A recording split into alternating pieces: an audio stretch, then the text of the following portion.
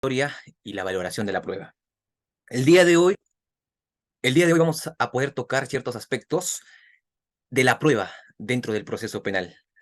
¿Cuál es la actividad de la prueba durante todo el proceso penal? Durante la investigación preparatoria, durante la etapa intermedia, durante la etapa de juzgamiento. El día de hoy vamos a ver cuál es la diferencia entre un órgano de prueba, una fuente de prueba, un medio de prueba. Vamos a ver la diferencia entre lo que es un aspecto de un material investigativo y un material probatorio. En ese sentido, pues, doctores, si es que ustedes tienen la posibilidad de poder participar en la sesión, en esta sesión, voy a solicitar si es que ustedes pueden encender sus cámaras para no sentirme tan solo como por ahí se maneja la virtualidad, pues es un poco el hecho de que por ahí me siento un poco solito por la transmisión en vivo que venimos haciendo a través de la plataforma de ANDAP. Si es que, claro está, si es que está dentro de sus posibilidades de encender su cámara, bienvenido sea. Gracias, doctora Susan, siempre es un gusto verla por acá. Gracias, Jorge. Gracias, Alfredo. Bien, ya saben, si tienen alguna pregunta, doctores, me la hacen saber. Si es que no se comprende con algún ejemplo que voy a brindar, utilizamos otro ejemplo. La idea o la cosa es que se comprenda la clase, ¿sí? Entonces, vamos a hablar respecto a lo que es la actividad probatoria y lo que es la valoración de la prueba. Gracias, gracias por estar presentes, ¿sí? Bien. Para ello, he preparado un material, el cual voy a compartir con ustedes en este momento. A ver, si me permiten, claro está. A ver, acá está. No sé si se logra visualizar, me confirman ustedes, claro está. Sí, doctor, se visualiza. Perfecto, excelente, excelente. Bien, este es el tema que vamos a abocarnos el día de hoy, doctores. En la actividad probatoria y cómo es que se valora la prueba, ¿sí? La actividad probatoria y cómo es que se valora la prueba. Hoy vamos a hablar sobre lo que es el debido proceso probatorio, la oralidad, la contradicción en la práctica de las pruebas, los documentos, la prueba pericial, el razonamiento y la valoración. Todo ello vamos a ver el día de hoy, ¿sí? Pero quiero empezar de una manera simple, una manera metódica. Si vamos a hablar, doctores, de la actividad probatoria, esta está enmarcada en nuestro código. Si ustedes tienen su código a la mano, revisen el artículo 155 del Código Procesal Penal. Ahí que dice, actividad probatoria. ¿Cierto? No les miento, ¿eh? Actividad probatoria, dice ahí. Vamos a comprender, doctores, como decía el maestro Roxin, probar es convencer al juez sobre la certeza de la existencia de un hecho. La prueba tiene un camino que recorrer. La prueba tiene un inicio y un fin, ¿sí? Entonces, la prueba, como si nace y parte ¿desde dónde? Desde la investigación preparatoria y muere en juicio, en la etapa estelar, en la etapa de juzgamiento, ¿cierto? Siempre hay actividad probatoria, existe durante todo el proceso. En la investigación preparatoria existe la prueba, en la etapa intermedia está la prueba, en la etapa de juicio está la prueba. Es por ello que el día de hoy, doctores, vamos a poder desarrollar en este eje temático que he preparado para ustedes en la diapositiva. En la diapositiva dice investigación preparatoria, etapa intermedia y etapa de juicio. Ustedes saben perfectamente que un proceso penal se subdivide, o las etapas de un proceso penal son estas, ¿cierto? 3 etapas. ¿Cómo se desarrolla un proceso penal? 3 etapas. Una investigación a cargo del fiscal, una etapa intermedia a cargo del juez de la investigación preparatoria y el juicio a cargo del juez penal. ¿Cierto? Bien. Entonces, esta actividad probatoria va a estar presente durante todo el proceso, pero con finalidades distintas. Es decir, en la investigación preparatoria, ¿qué haces primero? Tú como abogado. Tú como abogado, ojo, no como fiscal. Tú como la parte de la defensa técnica. Como abogado, siempre buscas, ¿qué cosa? Ciertos indicios, ciertos elementos de convicción, ciertas pruebas. ¿Para qué? Para que demuestren la inocencia de tu patrocinado. ¿Cierto? Tú buscas que tu patrocinado salga absuelto de todo grado de responsabilidad. Tú tienes el papel de poder absolver, de poder concederle la libertad. ¿Cierto? Tú buscas, entonces, ¿sabes qué? Mira, oye, viene tu patrocinado y te dice, es doctor Luis, lo que pasa es que a mí me están acusando por el presunto delito de violación sexual. Pero dime, ¿fuiste tú? No, no fui yo. Lo que pasa es que a mí me están acusando por, qué sé yo, es un caso hipotético, eh, por, por violación sexual en contra de una menor de iniciales tal, tal, tal, tal. Pero ese día yo no estaba acá. Ese día resulta que yo estaba en Piura. Ah, entonces, ¿cómo puedes probar eso? ¿Cómo puedes demostrar eso?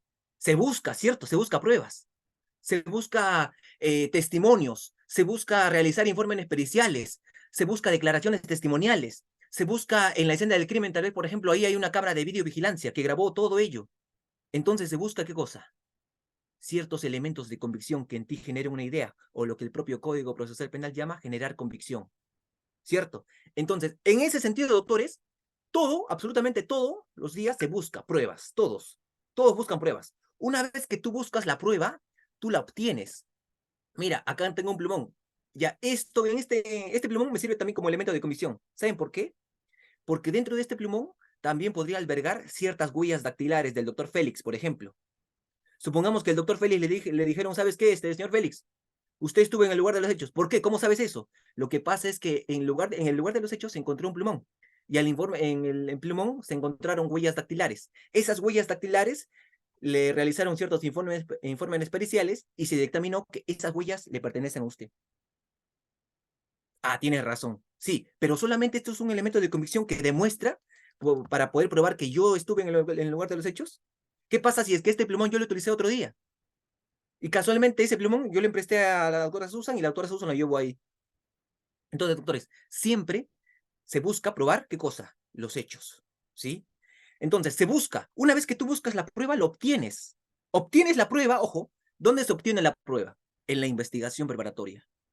Tú tienes la prueba, la obtienes y le dices, señor fiscal, mira, acá tengo esta prueba, quiero incorporarla al proceso penal. Quiero que esta prueba forme parte del proceso penal, ¿cierto? Entonces tú la incorporas. Quiero que mande a declarar a la doctora Susan, por favor. La doctora Susan sabe perfectamente que yo estuve en Piura ese día. Ella me sirve como testigo. Ah, entonces el fiscal dice, ¿sabes qué? Vamos a llamar a la doctora Susan para que rinda su declaración testimonial el día de mañana, a las 9 de la mañana. Entonces la incorporan al proceso penal, ¿cierto? Y ya en la etapa intermedia, pasamos a la etapa intermedia, terminamos con la investigación preparatoria. Pasamos a la etapa intermedia, doctores. En la etapa intermedia ya no se puede buscar, ya no se puede incorporar. En la etapa intermedia ya tiene otro fin. La etapa intermedia, en la etapa intermedia se ofrece. Se ofrece lo que tú en un primer momento lo incorporaste. Doctor, lo que pasa es que por ahí me olvidé que dentro de los 10 días tengo que ofrecer las pruebas al señor juez. Ah, ¿te olvidaste? Sí, bueno, piña pues. ¿Por qué? Porque existe un principio y ese principio se llama preclusión.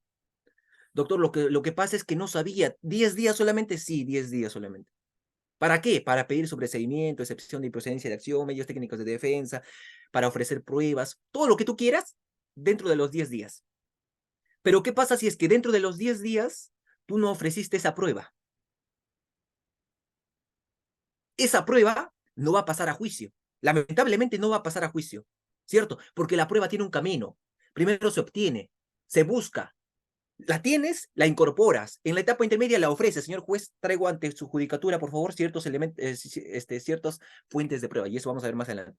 Entonces, ojo, eso el juez dice, ¿sabes qué? Mira, a ver, esta prueba cumple con la pertenencia, cumple con la utilidad, cumple con la licitud, cumple con la legalidad y cumple con el principio de preclusión. Entonces, la voy a admitir. Esa prueba va a ser válida. La admito. ¿Y la admisibilidad dónde se da? En la etapa intermedia. ¿Cierto? En la etapa intermedia, doctores, se da la admisibilidad. Y finalmente la prueba llega a juicio. ¿Sí? Llega a juicio. Ahí me he equivocado en la diapositiva. Ya no se admite. En la prueba, ahí actúa. ¿Sí? La prueba por primera vez va a actuar en el juicio. Y el juez lo va a valorar.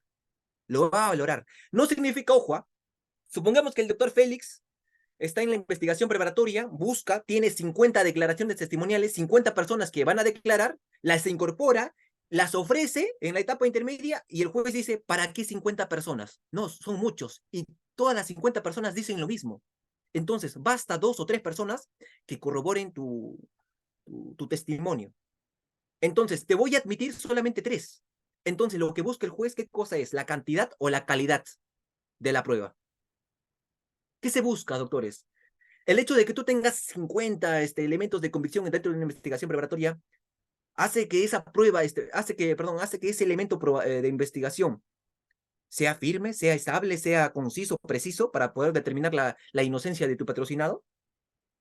El hecho de que existan 100, 200, 300 elementos de convicción demuestran que tu patrocinado no tiene grado de responsabilidad, ¿es inocente? No, ¿verdad? Claro. En ese sentido, doctores, debemos tener en consideración que este es el camino que tiene la prueba. Esta es la actividad probatoria. En una investigación preparatoria, en una etapa intermedia y en una etapa de juicio.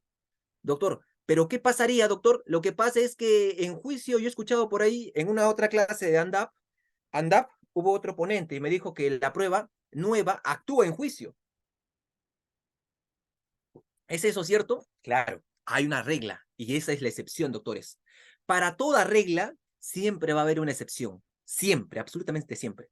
¿Qué pasaría si es que yo estoy en juicio? Ojo, en juicio tú tienes que ir, es como si tú vas a la guerra pero vas con armas. ¿Qué pasaría si es que llegas a juicio y no tienes pruebas? ¿A qué vas a juicio? ¿A ser un espectador? ¿A ver cómo el fiscal argumenta y convence al juez? No, ¿verdad? Obviamente. Entonces tú cuando vas a estar en juicio, tienes que tener, ¿qué cosa? Tus armas. Y las armas son las pruebas. Finalmente sustentas, argumentas, fundamentas el por qué. ¿Mm? De todo lo actuado anteriormente en una investigación, en una etapa intermedia, el por qué tu patrocinado debería estar, qué sé yo, tal vez una causa de una legítima defensa, una causa de justificación, tal vez inimputabilidad, tal vez conducta, tal vez el hecho es atípico. ¿Mm? Entonces, doctores, la actividad probatoria siempre va a estar latente, siempre va a estar presente dentro del proceso. En la investigación preparatoria, en la etapa intermedia y en la etapa de juicio. Porque eso es esencia, esa es su naturaleza. La prueba es como una serpiente, la actividad probatoria es como una serpiente. Primero se obtiene, se incorpora, se ofrece, se admite, se actúa y valora. Y finalmente, ¿qué cosa hay? Sentencia. ¿Cierto? Claro, esa es la actividad probatoria. En ese sentido, doctores, ya teniendo esta noción clara, ya teniendo esta idea clara, vamos a desarrollar ciertos aspectos en los cuales, obviamente, si ustedes tienen alguna pregunta, alguna duda, me la hacen saber. Yo con mucho gusto voy a poder tratar de absolver cada una de esas preguntas. Entonces, doctores, la prueba, ojo, la prueba plena es la forma, la convicción plena del juzgador, es crear esa convicción. Convicción esta que resulta necesaria para poder resolver definitivamente, ojo, pero no siempre, ojo, no siempre es posible contar con la prueba plena. En tal caso, ojo, ¿dejará el juez de administrar justicia cuando no existe una prueba plena? No, el juez no puede dejar de sentenciar. Debe agotar todas las posibilidades de la actividad probatoria. Una de esas posibilidades es el uso de los sucedáneos de los medios probatorios. Por ejemplo, es un caso hipotético, ¿eh? ¿Qué pasaría si es que la doctora Susan, ojo, eh, ella sabe perfectamente que yo no estuve en la escena del crimen? La doctora Susan sabe perfectamente que yo no estuve en la escena del crimen, entonces ella es una testigo clave, ¿cierto? Yo quiero incorporarla al proceso, su declaración testimonial. Yo le digo, señor fiscal, por favor, vaya, tóquele la puerta a la doctora Susan para que esté presente en la declaración testimonial. La quiero incorporar, la quiero ofrecer y que actúe en juicio. Pero, ¿qué pasaría si es que la doctora Susan está fuera del país, o no se sabe su paradero, o no se sabe ni la existencia, ni huellas hay de la autora? Y ojo, ya estamos en juicio.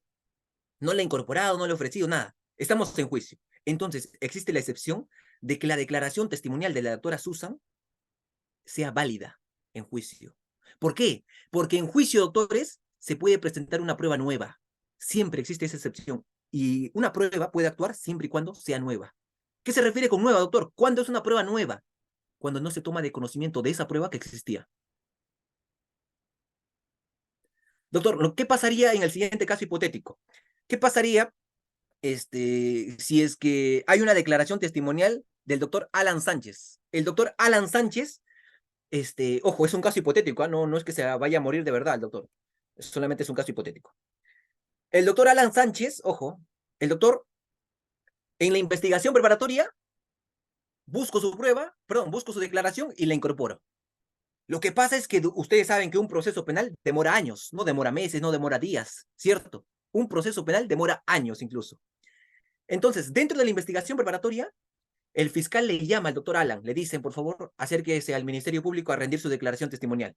el señor Alan se va al Ministerio Público, rinde su declaración testimonial, y esa declaración testimonial que ha rendido el doctor Alan, la ofrezco en la etapa intermedia. Y en la etapa intermedia, justo por ahí sufre un accidente el doctor. Dios quiera, no, claro está, no quiera Dios. Y fallece. Claro está, para que esa prueba sea válida, el señor Alan tuvo que ir a juicio y rendir su declaración testimonial también en juicio. Pero ¿qué pasaría, doctores, en juicio? ¿Qué si es que el doctor Alan no llegó a juicio? Y esa es una prueba nueva fundamental para poder demostrar mi inocencia de mi patrocinado. Entonces, en ese caso, doctores, el juez penal dirá, ¿sabes qué? La declaración testimonial que se dio en la investigación preparatoria, tráemela. La traen y esa prueba es válida. Es válida. En cierto caso excepcional, claro está. ¿Sí? Es por ello, pues, ¿no? Hay ciertos casos hipotéticos en la televisión, ¿cierto? Aparentemente una persona que estaba como siendo colaborador eficaz fallece por ajuste de cuentas o algo así, ¿cierto? Desaparecen ciertos testigos por ahí, ¿cierto? Y entonces la declaración testimonial que rindieron en la etapa de la investigación preparatoria va a ser válida para la etapa de juicio, ¿sí? Bien, doctores. Entonces, en ese sentido, debemos tener en consideración esa es la actividad probatoria, concisamente. Entonces, siempre debe haber un debido proceso probatorio. Se busca, se obtiene, se incorpora, se ofrece, se admite, actúa y se valora. ¿Sí? Entonces, a ver, siguiente diapositiva, ahí está. Entonces, estos son los momentos de la actividad probatoria, doctores. En la diapositiva ustedes ven. En las diapositivas ustedes pueden ver ahí, dice, proposición, recepción y admisión, actuación probatoria y valoración probatoria. Esto es en palabras cristianas, es para que, como si estuviéramos hablando, doctores, la proposición, la primera etapa, la recepción y admisión, la segunda etapa, y la actuación probatoria, la tercera etapa. ¿Sí? Esa es y la valoración, obviamente, se da cuando el juez va a poder emitir, ¿qué cosa? Su sentencia. ¿Cierto? Al momento de que el juez redacta en su despacho o oraliza la sentencia, tiene que fundamentar, tiene que alegar. No es que no, a mí se me da la gana de poder al doctor Hider Castillo ponerlo, privarlo de la libertad por 15 años porque fuimos amigos en el colegio y no me cayó, no. Tiene que fundamentar, tiene que argumentar, tiene que valorar cada prueba que se ha presentado, tiene que valorar cada prueba que se ha presentado, que ha actuado en juicio. ¿Sí? Entonces, la valoración probatoria, doctores, opera intelectualmente bajo los conocimientos del juzgador. Tiene que tener cierta eficacia conviccional. ¿Sí? Bien. Entonces, a ver, bien. Entonces, ojo, el juez no podrá utilizar directa o indirectamente las fuentes o medios de prueba obtenidos con la vulneración del contenido esencial de lo que nosotros llamamos derechos fundamentales, del contenido de la esencia de derechos fundamentales. ¿Qué pasaría? Es un ejemplo solamente, ojo. ¿Qué pasaría si es que a la doctora, yo y la doctora, ojo, es un ejemplo, la doctora Susan somos pareja, yo y la doctora Susan somos pareja. Lo que pasa es que la doctora Susan, bueno, tenemos problemas en la relación y la doctora Susan, pues me engaña, infidelidad. Y la doctora Susan se va con una X persona y tienen cierta relación en un hotel. Yo voy al hotel, me han dicho que está ahí, toco la puerta y le tomo fotos. Ahí, en los dos, en el acto, ahí. Señor juez, tengo acá pruebas de que la señora Susan me fue infiel. Doctor, esa prueba se puede llegar a presentar, sí o no. Esa prueba que tengo en mis manos, que demuestra el hecho, ¿se puede llegar a presentar en juicio, sí o no? Ah, claro. No, porque obviamente transgrede, vulnera, viola, ¿qué cosa? Ciertos derechos fundamentales que tiene toda persona. Doctor, tengo acá mensajes de WhatsApp. Tengo mensajes acá, mira, acá está confesando que esta persona sí ha incurrido en ese supuesto delito. Doctores, debemos tener en consideración el principio de qué? De la legalidad. ¿Sí? Si bien es cierto, para que sea denominado, entre comillas, como prueba, ¿quién va a admitir y quién va a denominar? ¿Quién va a decir esto es prueba y esto no? El juez. El juez es el que se encarga de poder admitir las pruebas. El juez es el que se encarga de poder decir, ¿sabes qué? Esto cumple con la licitud, con la pertinencia, con la utilidad, con la conducencia, con la licitud. Entonces, eso se denomina como prueba, doctores. En nuestro medio, ojo, debemos tener en consideración el aspecto de la actividad probatoria. Es algo muy complejo de poder explicar, pero estoy tratando de poder ser lo más breve posible, claro está, ¿sí? Entonces, debemos tener en consideración esos aspectos a la hora de hablar de la actividad probatoria. Ahora, la actividad probatoria, doctores, la actividad probatoria, como dice en la diapositiva, es una serie indeterminada, concatenada y finalista de los actos procesales. Es un conjunto, doctores, la actividad probatoria es un conjunto de manifestaciones de voluntad, de conocimientos o de razonamiento, ojo, que proceden de los sujetos procesales normados por la ley y que tienden a qué cosa? Tienden a producir un estado de certeza o de admisión de una objetiva probabilidad del hecho que constituye su objeto, así como de sus consecuencias. Pregunto yo, doctores, pregunto. Una pregunta fácil, ¿eh? En verdad, cualquier estudiante de Derecho la podría absolver. En el proceso penal, ¿qué se prueba? ¿Qué se prueba en el proceso penal para más de las 100 personas conectadas en este momento? ¿Qué es lo que se prueba en el proceso penal, doctores? ¿Mm? ¿Qué es lo que se busca probar? Los leo. El delito, doctor, hechos. Ya, le vuelvo a repetir, ¿ah? ¿Qué es lo que se prueba en el proceso penal? ¿Qué se prueba? Los hechos. Ya, muy bien. Exacto. Se prueban los hechos, doctores. Se prueban los hechos. Pero pregunto yo, ¿cualquier hecho o tiene que ser un hecho con relevancia jurídica penal? ¿Mm? ¿Doctor Paolo? ¿Mm? Debemos tener en consideración, doctores, que al derecho penal poco, ojo, para el derecho penal poco o nada le importa cualquier hecho. Al derecho penal le importa un hecho que tenga relevancia jurídica penal. Se prueban los hechos. Pregunta, ¿y quién prueba este hecho? Doctores, ¿quién prueba el hecho? ¿Será el fiscal? ¿La defensa técnica? ¿El actor civil? ¿La procuraduría? ¿El juez? ¿El agraviado? ¿Quién prueba el hecho, doctores? ¿Quién es el que se encarga de probar estos hechos con un vínculo en el aspecto de un proceso penal? ¿Mm? El fiscal, me dicen por ahí, el fiscal. Doctores, ¿seguro que el fiscal? ¿Seguro que la fiscalía? ¿Mm? Doctores, claro, pero miren, miren. No solamente el Ministerio Público, no solamente el fiscal se encarga de probar, doctores. ¿Saben por qué? El que prueba es el que afirma el hecho. Si el fiscal afirma, el fiscal prueba. Si el abogado afirma, el abogado prueba. Debe probar. ¿Por qué digo esto? Por ejemplo, ustedes saben perfectamente que el que busca la pena, ¿quién es? El fiscal, ¿cierto? Porque si yo incurro en un delito de proxenetismo, yo soy proxeneta, entonces el fiscal va a buscar una pena en mi contra, porque yo soy un peligro para la sociedad, ¿cierto? Entonces el fiscal busca la pena. Pero ¿qué pasaría si es que supuestamente yo hubiera incurrido en un delito de violación sexual? He violado a una mujer. Entonces el fiscal busca la pena y la mujer se constituye como un actor civil y busca ¿qué cosa? Una reparación civil. ¿El fiscal busca la reparación civil, doctores? Pregunto yo. No, ¿verdad? Claro. Entonces, obviamente, doctores, con la reparación civil, quien prueba el hecho es el actor civil. Con la imputación, quien prueba el hecho es el fiscal. Si es que existe una imputación, si es que existe o no culpabilidad, ¿a quién le corresponde? A la defensa técnica. Si es que hay culpabilidad, la defensa técnica, tu abogado. La parte oscura, ¿cómo se dice? ¿Cierto? Claro. Entonces, doctores, respuesta, el que prueba el hecho es el que afirma el hecho, no necesariamente el fiscal. ¿Sí? El fiscal, si bien es cierto, autores, ustedes no deben verlo al fiscal, como una figura acusatoria. El fiscal, ojo, no está para que acuse, ¿eh? Al fiscal no le pagan todos los meses para que acuse a la doctora Susan por el supuesto delito de peculado, al doctor Félix por el supuesto delito de violación sexual, etcétera, etcétera. No, el fiscal siempre va a ser objetivo. Ese es su principio primordial. Artículo 4.2 del título preliminar del Código Penal. El fiscal siempre va a actuar con objetividad.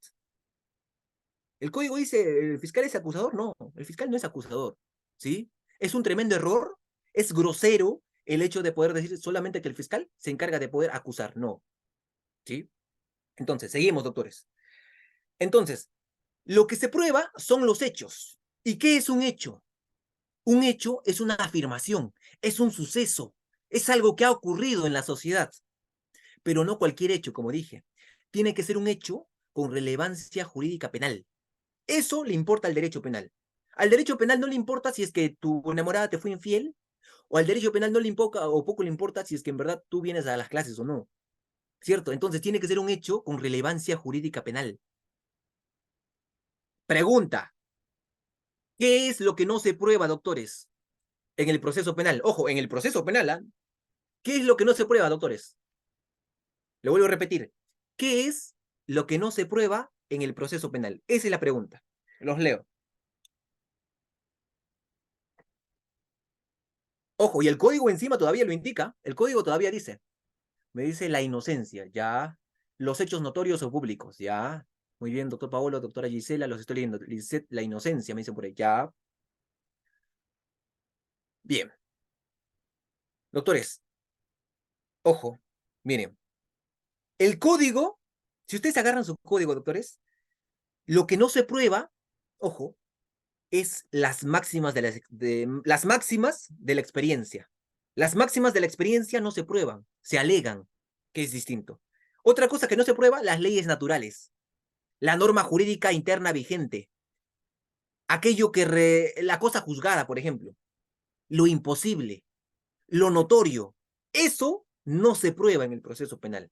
¿Sí? Doctor, no le comprendo muy bien eso de las máximas de la experiencia, las leyes naturales, lo notorio, lo imposible. Ejemplos. No lo comprendo muy bien. Mira, doctor, ejemplo, fácil, ¿ah? Fácil de comprender. Por ejemplo, si en este momento yo agarro este plumón, si en este momento yo agarro este plumón, doctores, claro está, obviamente, si es que yo lo dejo caer al suelo, el plumón se va a caer.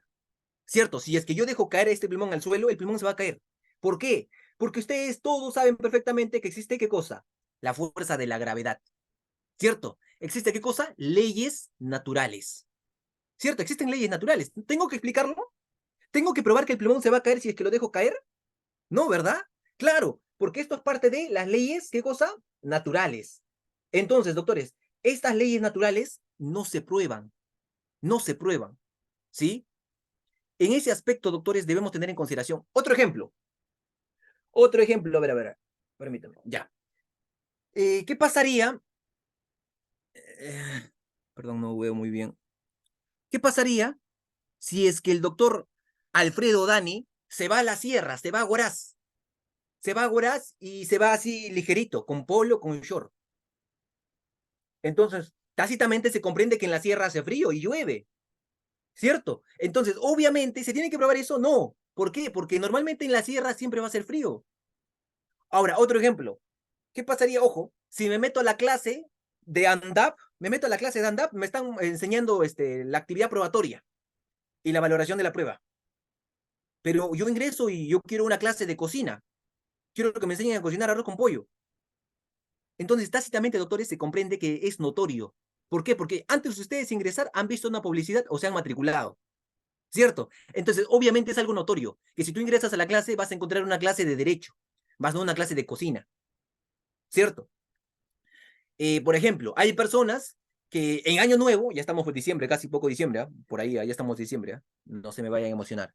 Pero hay personas que en diciembre se compran, fines de diciembre, a punto de ingresar Año Nuevo, se compran ropa interior de color amarillo, prendas amarillas, polos, shorts, ropa amarilla, con el único fin y propósito de ¿qué? De poder crear, ¿qué cosa? Suerte, una especie de suerte, ¿cierto? Entonces, en ese sentido, doctores, son máximas de las experiencias. Pero, doctores, otro ejemplo, a ver, para que me comprendan. ¿Qué pasaría? Ojo, ¿qué pasaría eh, si es que el doctor Flores, perdón, la doctora María Cecilia Flores Morales, vive abajo de un cerro y en la punta del cerro hay una roca? Y producto de un terremoto, la roca cae encima de la casa de la doctora María Cecilia y le causa la muerte. Pregunto yo, ¿se tiene que probar ello o ahí se dan las leyes naturales? Tiene que probar no, la doctora María Cecilia, no, pues su culpa, pues, por vivir ahí. ¿Quién le manda a vivir ahí? Doctores, entonces, ¿qué cosa existen? Leyes naturales. máximas de la experiencia, lo notorio, lo imposible, la cosa juzgada, la norma jurídica vigente, eso no se prueba en el proceso penal. Eso no se prueba, ¿sí? Ahora, usted mira, doctor, pero usted así, prácticamente, una cosa es la teoría y otra cosa es la práctica. En la práctica, doctor, ¿las máximas de las experiencias se aplican bien? Yo les digo que no. ¿Por qué? Porque los jueces, ojo, doctores, los magistrados son seres humanos, así como nosotros, ¿sí? Los magistrados también se equivocan.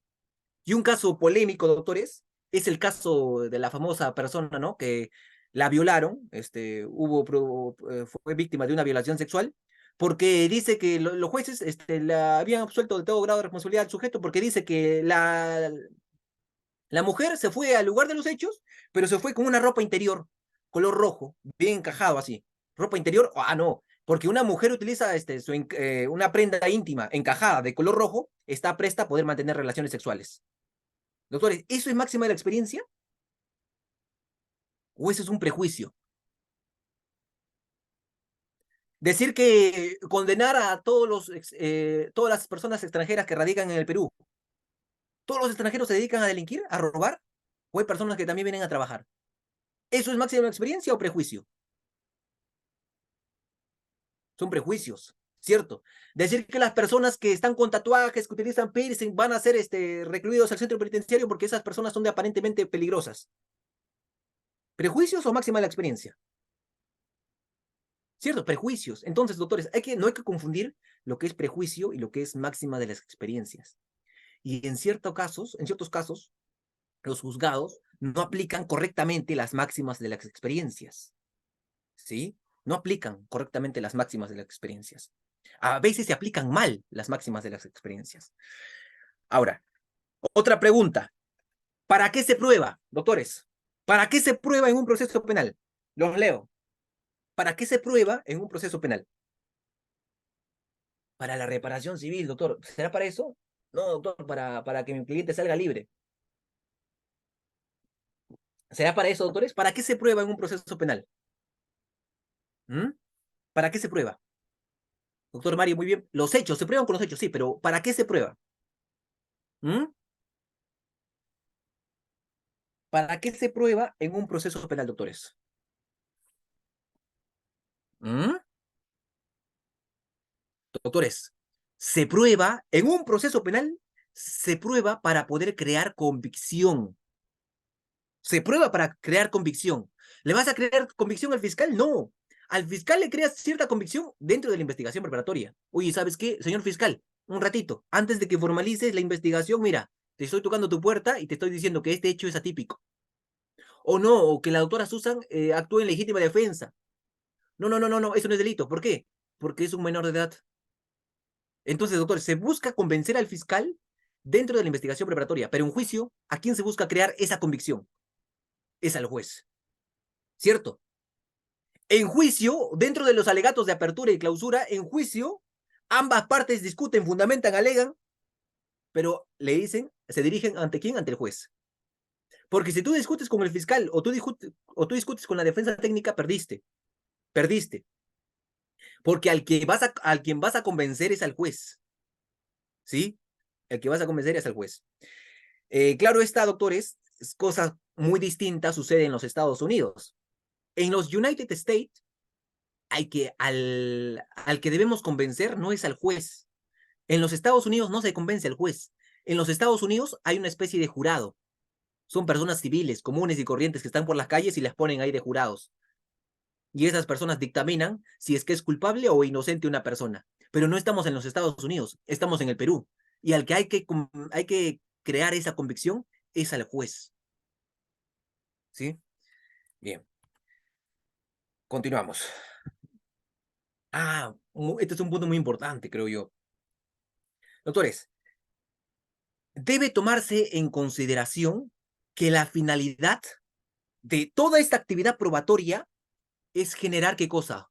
Una convicción al juez. ¿Sobre qué? Sobre un hecho. Y eso lo vamos a denominar como ¿qué? Como prueba. La prueba es todo aquello que tiene mérito suficiente y necesario para que en su calidad de medio, elemento o actividad de prueba pueda formar parte o pueda formar en el juez la certeza de haber alcanzado la verdad concreta que se produjo durante el proceso y de este único modo, poder desvirtuar la presunción de lo que nosotros buscamos, la inocencia. Entonces, la finalidad de la prueba, ¿cuál es? La finalidad, ojo, la finalidad de la prueba debe tomarse en consideración que la finalidad de la actividad probatoria es generar un estado de certeza, de convicción ante el juez. ¿Sí? Doctores, por ahí estuve escuchando a ciertos individuos, bueno, eran mis colegas sobre todo, que decían, ahí estábamos discutiendo en pleno restaurante, oye, pero el elemento de convicción, ¿cuándo es elemento de convicción? ¿Cuándo es una fuente? ¿Cuándo es un órgano de prueba? ¿Cuándo es un medio de prueba? ¿Cuál es la diferencia que implica cada una de estos? ¿Ah? ¿Cuándo sé que tengo un elemento de convicción y cuándo sé que tengo una prueba? ¿Mm? ¿Cuál es la diferencia entre un elemento de convicción y cuándo es una prueba? ¿Será por etapas? ¿Será porque, no, yo estoy en la investigación preparatoria, por lo tanto es elemento de convicción? No, yo estoy en la etapa intermedia, ya esto pasa a ser elemento de convicción, a ser prueba. Doctores, se puede denominar que es una prueba cuando el juez así lo determina. Cuando el juez te lo admite como prueba, ahí es prueba. Para que no te confunda, para que no se confunda, doctores, miren, vamos a devolvernos a la diapositiva. Ahí está. Esas son las etapas del proceso penal. En la investigación preparatoria, tú llámala como material investigativo. En la etapa intermedia, tú llámala como material probatorio. Y en la etapa de juicio, tú llámala como material probatorio también, porque se prueba. ¿Sí? Más investigativo en la primera etapa y en las demás etapas, doctores, material probatorio. Y es que no sabes la diferencia entre lo que es un órgano de prueba, una fuente de prueba, ojo, un medio de prueba. Pero lo voy a explicar, claro está, a la brevedad posible, porque tenemos que meternos de lleno a lo que es la actividad probatoria y su valoración, ¿sí? Lo voy a explicar. Cuando estamos ante un objeto de prueba, un elemento de prueba, un medio de prueba y un órgano de prueba, ¿sí? Hoy vamos a saber, saliendo de esta clase, ustedes ya van a saber, ojo, saliendo de esta clase, ustedes van a saber ya qué es un órgano de prueba, qué es un medio de prueba, qué es un elemento de prueba y qué es un objeto de prueba, ¿sí? En ese sentido, doctores, debemos tener en consideración la diferencia, ¿sí? ¿Qué dice la diapositiva? La diapositiva dice, objeto de prueba. Todo aquello que requiere ser averiguado, conocido y demostrado se acredita a las afirmaciones que realizan las partes sobre los hechos, no los hechos mismos. Entonces, el objeto de prueba, doctores, es todo aquello que requiere ser investigado, que requiere ser demostrado. Ojo, no son los hechos, no son los hechos, sino las afirmaciones de las partes. Son las afirmaciones de las partes, ¿sí? Son objeto de prueba, y si es que ustedes ahí tienen el subcódigo procesal penal, váyanse al artículo 156. Artículo 156 del Código Procesal Penal. Ahí dice objeto de prueba. Son objeto de prueba la punibilidad, la imputación, la determinación de la pena, la responsabilidad civil. Esos son objeto de prueba, ¿sí? Eso son objeto de prueba. El elemento de prueba, por ejemplo, podría ser incluso, como dice ahí, una versión del hecho. Es un caso hipotético. Y esto se da dentro de la teoría del caso. Es un dato objetivo que se incorpora legalmente al proceso y es capaz de poder producir un conocimiento de qué cosa, de ciertos escenarios que se presentan de manera posible. Y a eso le agregamos a lo que es una imputación. ¿Sí? Y el medio de prueba, doctores, a ver, vamos a pasar. A ver, ahí está. El medio de prueba. Por ejemplo, miren, escuchen, yo soy abogado de la doctora Susan. Yo soy abogado de la doctora Susan. La doctora Susan viene y me dice, doctor, mira, quiero que usted sea mi abogado. Lo he visto en TikTok, lo he visto en las clases de stand-up. Quiero que usted lleve mi caso. Lo que pasa es que a mí me están acusando por el supuesto delito de lavado de activos. ¿Sí? Me están acusando por el supuesto delito de lavado de activos. Ah, ¿te están acusando por el delito de lavado de activos? Sí, pero dime tú conscientemente, ¿has incurrido en ese delito? No, no, no, no, yo soy inocente. Es lo que me dice la doctora Susan. Entonces la doctora Susan me dice, es más, mire, acá tengo personas que van a declarar a mi favor. Tenemos testimonios entonces, ¿cierto? Tenemos testimonios. Ya, esos testimonios, doctores, lo vamos a meter al proceso. ¿Cómo? ¿Por qué? Porque esos son pruebas que me ayudan a mí como abogado a defender a la doctora Susan, ¿cierto? Entonces, la doctora Susan, no solamente, ojo, no solamente declaraciones testimoniales, también vamos a hacer un informe pericial contable. Vamos a tener un informe, una hoja, para, en términos cristianos, en palabras comunes, para que me comprendan mucho mejor. Tenemos una hoja emitida por un especialista, por un contador. Ya, esta prueba, esta hoja también le vamos a meter al proceso como prueba. ¿Ya? Doctor, tenemos grabaciones de que la doctora Susan salía de la empresa todos los días a las 9 de la noche. Ah, ¿tienes eso? Sí, ya, esa grabación también la vamos a meter. Pero ¿cómo vamos a meter todas estas pruebas al proceso penal? Las vamos a meter, todas estas pruebas que tú quieras incorporar al proceso penal, las vas a meter, pero a través de 4 caminos, a través de 4 puentes. Estas pruebas, tú todas las pruebas que quieras meterlo al proceso penal, las puedes meter, sí, pero a través de 4 puentes. Solamente a través de 4 puentes, no hay más.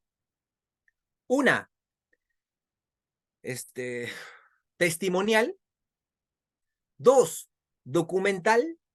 3, pericial. Y 4, material. ¿Tú tienes personas, declaración de testimoniales? Sí, ya, mételo por testimonial. ¿Tú tienes grabaciones? ¿Has visto que la doctora Susan en video sale ahí? ¿Tienes audios? ¿Tienes correos electrónicos como prueba? Ya, mételo a través de lo que es documental. ¿Tú tienes informes periciales toxicológicos, contables? Ya, mételo por un informe pericial. Tú tienes, por ejemplo, en la escena del crimen se encontró un arma de fuego, se encontró un preservativo, se encontró un vaso, se encontró un dispositivo móvil, ciertos documentos, ya, mételo por documental. Entonces, doctores, todas las pruebas tú las puedes incorporar, tú las puedes ofrecer, señor juez, mira, acá tengo esta prueba, quiero que usted lo admita para que actúe en juicio. Ah, ya, espérate un ratito. Voy a ver si es que estas pruebas, ¿por dónde las has metido?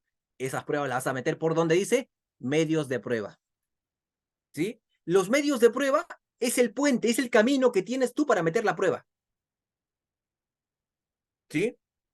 Entonces, ese es el medio de prueba. Tú tienes este vaso en este momento, este vaso. ¿Quieres meterlo al proceso penal como prueba? Sí. Pregunta, doctores. Este vaso se encontró en la escena del crimen. En el vaso, ojo, escuchen bien, en este vaso se encontró lápiz labial. Se encontró ciertas huellas dactilares. Ya. ¿Por qué medio de prueba las vamos a ofrecer? Pregunto. ¿Por qué medio de prueba las vamos a ofrecer, doctores?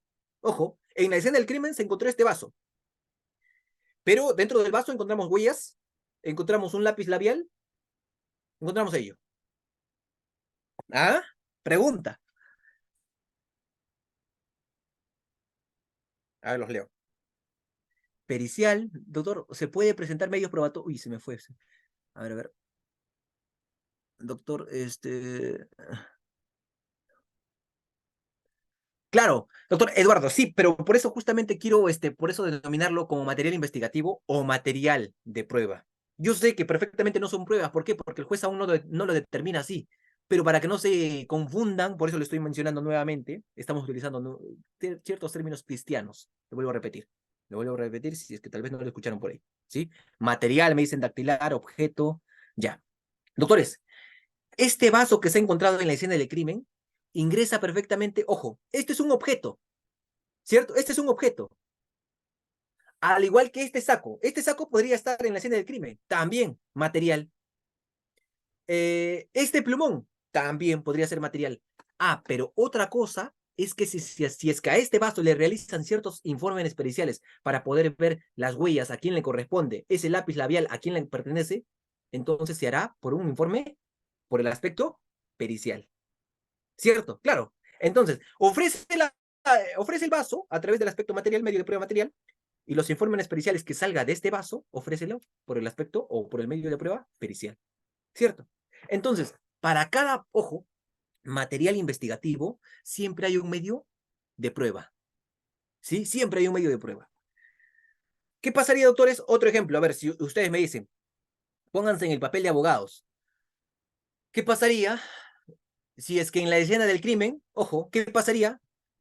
Pónganse en el papel de abogados, ojo. Si es que un cliente te dice, ¿sabes qué? Mira, yo no cometí delito de violación sexual. Y justamente en el lugar de los hechos hay personal de seguridad. Hay un guachimán ahí. Esa persona le podemos decir que declare ante el Ministerio Público que yo no ingresé ese día y que producto de la violación se produjo justamente en ese día. Entonces, la declaración testimonial de este sujeto que trabaja para esa empresa X, ¿a través de qué medio de prueba lo incorporamos, doctores? ¿A través de qué medio de prueba lo incorporamos? ¿Pericial? Claro. Testimonial. ¿Cierto? Testimonial. Claro. Entonces, doctores, continuamos, ¿sí? Claro. Entonces, existe siempre un medio de prueba idóneo, oportuno, ¿sí? Y finalmente, pues, tenemos al órgano de prueba. La persona, ojo, física, es una persona natural, ¿sí? Es una persona física. Podría ser incluso el imputado, podría ser el perito, podría ser el testigo. Ese es un órgano de prueba, ¿sí? Ese es un órgano de prueba.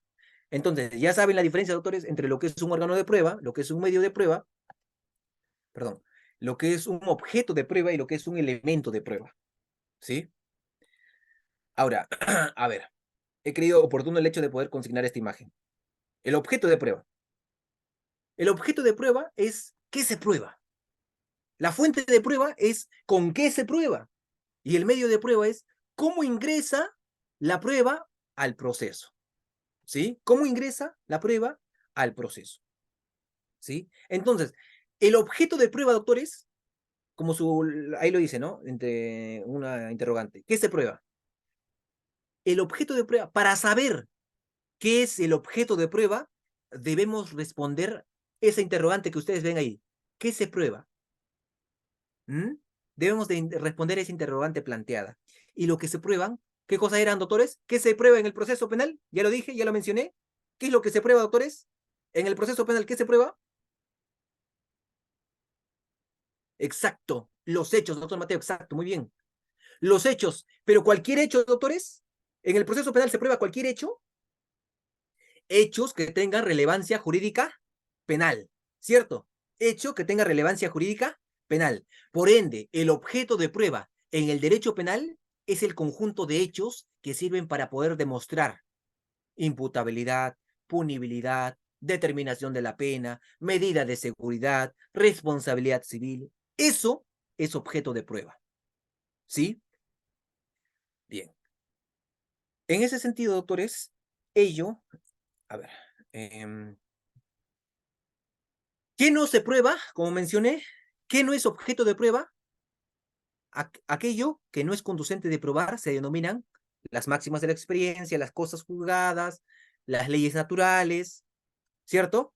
Lo imposible, lo notorio, ¿cierto? Bien, como dije anteriormente, si el doctor Mateo Benítez se mete en la clase de stand-up, sabe perfectamente que va a encontrar una clase de derecho, no va a encontrar una clase de cocina o no va a encontrar cualquier otra clase, ¿cierto? Va a encontrar una clase de derecho, porque él anteriormente se matriculó, ¿cierto? Bien, en ese sentido, doctores, debemos tener en consideración ese aspecto, ¿sí? Bien, continuamos entonces. Ahí está, la oralidad. Doctores, en la actividad probatoria, ¿se da la oralidad, sí o no? Claro, obviamente, ¿no? Nosotros tenemos tres etapas en el proceso, ¿no? La investigación preparatoria, la etapa intermedia, la etapa de juicio. En la etapa de juicio se caracteriza por un principio. Ese principio se llama oralidad, ¿sí? Todo es verbal, doctores. Tú fundamentas, vas a una audiencia, si es que tienen una oportunidad de asistir a una audiencia, van a la audiencia y créanme que ahí van a escuchar solamente al fiscal, van a escuchar a la defensa técnica y van a ver que el juez está escuchando atentamente a cada una de las partes. Tal vez hay al abogado del actor civil, tal vez está la procuraduría, pero ojo, el principio de oralidad es fundamental. ¿Y qué se comprende? ¿Qué es la oralidad, doctores? ¿Ah? ¿Qué es la oralidad? ¿Mm? Miren, debemos tener en consideración, doctores, que la oralidad, como dije, es un principio. Es un principio. No es que voy a dar lectura a las actuaciones o a los documentos. No, no, no, yo no sé el del caso, así que me voy a la audiencia con estos documentos porque el juez me va a escuchar leer. Doctores, los jueces les aburre. les aburre el hecho de poder ver que un abogado, por ejemplo, es un caso hipotético, ¿ah? El doctor Mateo Benítez va a la audiencia, tiene sus diapositivas, y ahí en plena, el doctor Mateo, es un ejemplo, doctora, no quiero que le malinterprete. Solamente el doctor Mateo Benítez, toda la audiencia se dedica a leer las diapositivas. ¿Va a leer o va a argumentar, fundamentar el hecho de por qué su patrocinado debería estar recibiendo una absolución? Doctores, no es dar lectura a las actuaciones, a los documentos. Por el contrario, debes explicar la demostración del conocimiento del proceso, de los hechos. En síntesis, demuestra una mayor preparación, ¿de qué cosa? De los operadores jurídicos. Mayor atención de los jueces, de la actividad probatoria, clara exposición de las partes procesales, cuando presentes, ¿qué cosa? Sus pretensiones. ¿Sí? ¿Cómo se aprecia básicamente el principio de oralidad? Doctores, revisen el artículo 361.3 del Código Procesal Penal. ¿Mm? Hay ciertas excepciones. Hay ciertas excepciones donde no es oral. ¿Qué pasaría si es que se da lectura a los escritos cuando se trata de una persona que no sabe hablar el idioma castellano o cuando no supiera hablar, por ejemplo? ¿Mm? Entonces se aplica obviamente 371.3. ¿Y qué pasaría si es que la lectura de la prueba documental? Artículo 383. Claro, entonces existen, ¿qué cosa? Ciertas excepciones, ¿sí? Pero el principio de oralidad dentro de la actividad probatoria es sumamente elemental, es crucial, ¿sí? Bien, bien, eso respecto a la oralidad, ¿sí? Respecto a la oralidad. Bien, doctores, continuamos. ¿Por qué es importante hablar de la oralidad en la actividad probatoria, doctores? ¿Mm? ¿Por qué es importante el hecho de poder tener en consideración la oralidad dentro de, ojo, la oralidad, la oralidad es el instrumento necesario para la aplicación del principio de publicidad en el proceso penal. Es decir, el uso obligatorio de la oralidad, de la palabra o palabra hablada en las audiencias, en especial del juicio oral, ya sea por el imputado, testigos, peritos, abogados, estos últimos, doctores, en sus alegatos y objeciones, generan que sean presenciados, no solo por las partes, sino también por terceros, logrando ¿qué cosa? La transparencia de la justicia. ¿Y de qué cosa? De la actividad probatoria sin dobleces, ¿ah? Ni manipulaciones, exhibiendo ante el público las calidades y las capacidades de cada operador en la función que le corresponda. Es por eso que ustedes ven, ¿no?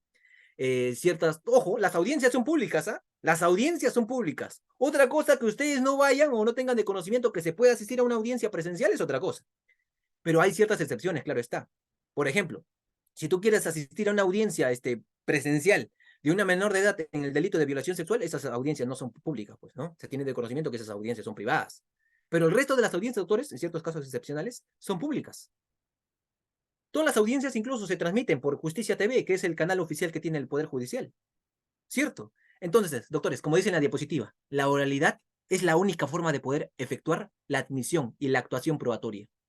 ¿Sí? La oralidad es sumamente importante y se realiza en el juicio oral. ¿Con la participación de quién? Con la participación oral de las partes, de los abogados, defensores. Como se dice por ahí el doctor Stikcha, escuché, en juicio, el que cuenta mejor el cuento gana. ¿Por qué? Porque, doctores, la oralidad, el hecho de hablar, debe generar convicción. Ojo, labia no, ¿ah? Labia no, porque hay abogados que te meten labia, hay abogados que dicen, ¿sabes qué? No, señor, ya, no, eso no. A los magistrados les aburre el hecho de poder, tienes que ser conciso, recto, al momento de dirigirte al magistrado. ¿Tú sabes qué tan cansados, estresados están los magistrados, doctores? Todos los días ven ahí abogados, MP, actor civil, procuraduría. Y obviamente ellos tienen experticia, saben del derecho. Y que tú vayas a hablar de teoría, obviamente, ¿cierto? Bien.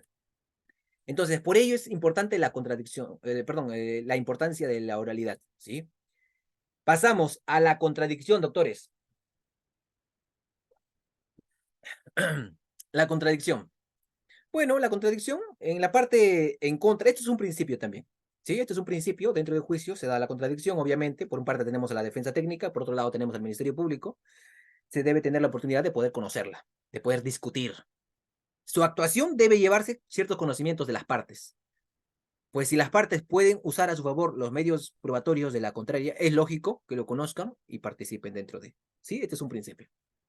Por favor, otórguenme 2 minutos, ¿sí? Para poder tomar un breve descanso, ¿sí? Recordemos que estamos en una clase de 2 horas, ¿sí? 2 minutos, por favor, me conceden y continuamos con la clase dentro de 2 minutos, ¿sí? Está bien, doctor. Muchas gracias. Bien, estimados doctores y doctoras, en breves minutos vamos a continuar con la presente sesión.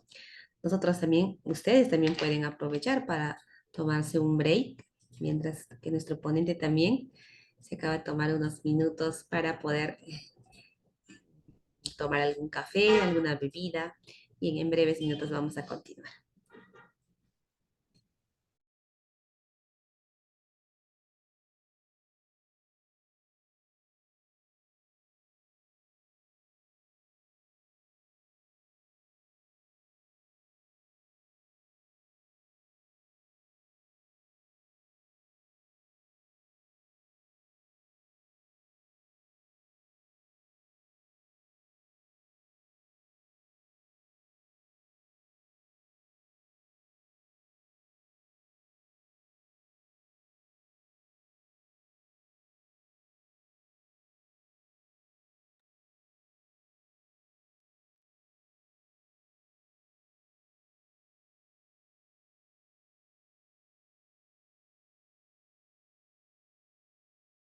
Bien, gracias.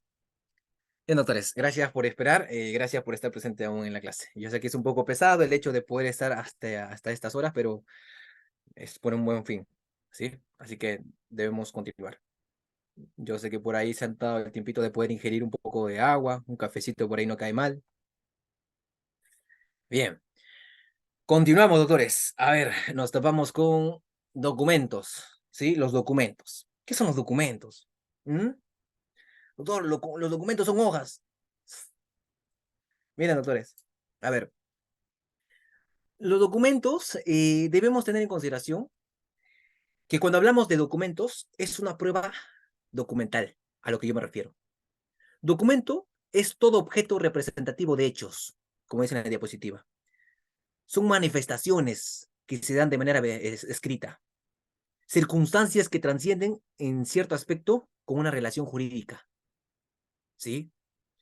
Esta definición, ojo, se sobreentiende prácticamente que el objeto, documento, escuchen, objeto, documento, debe tener ciertas características que le permitan una duración en el tiempo, obviamente, una permanencia. Por ejemplo, doctores, si es que yo encuentro en este momento, me están procesando a mí por el delito de lavado de activos, yo voy a presentar un informe pericial, ¿cierto?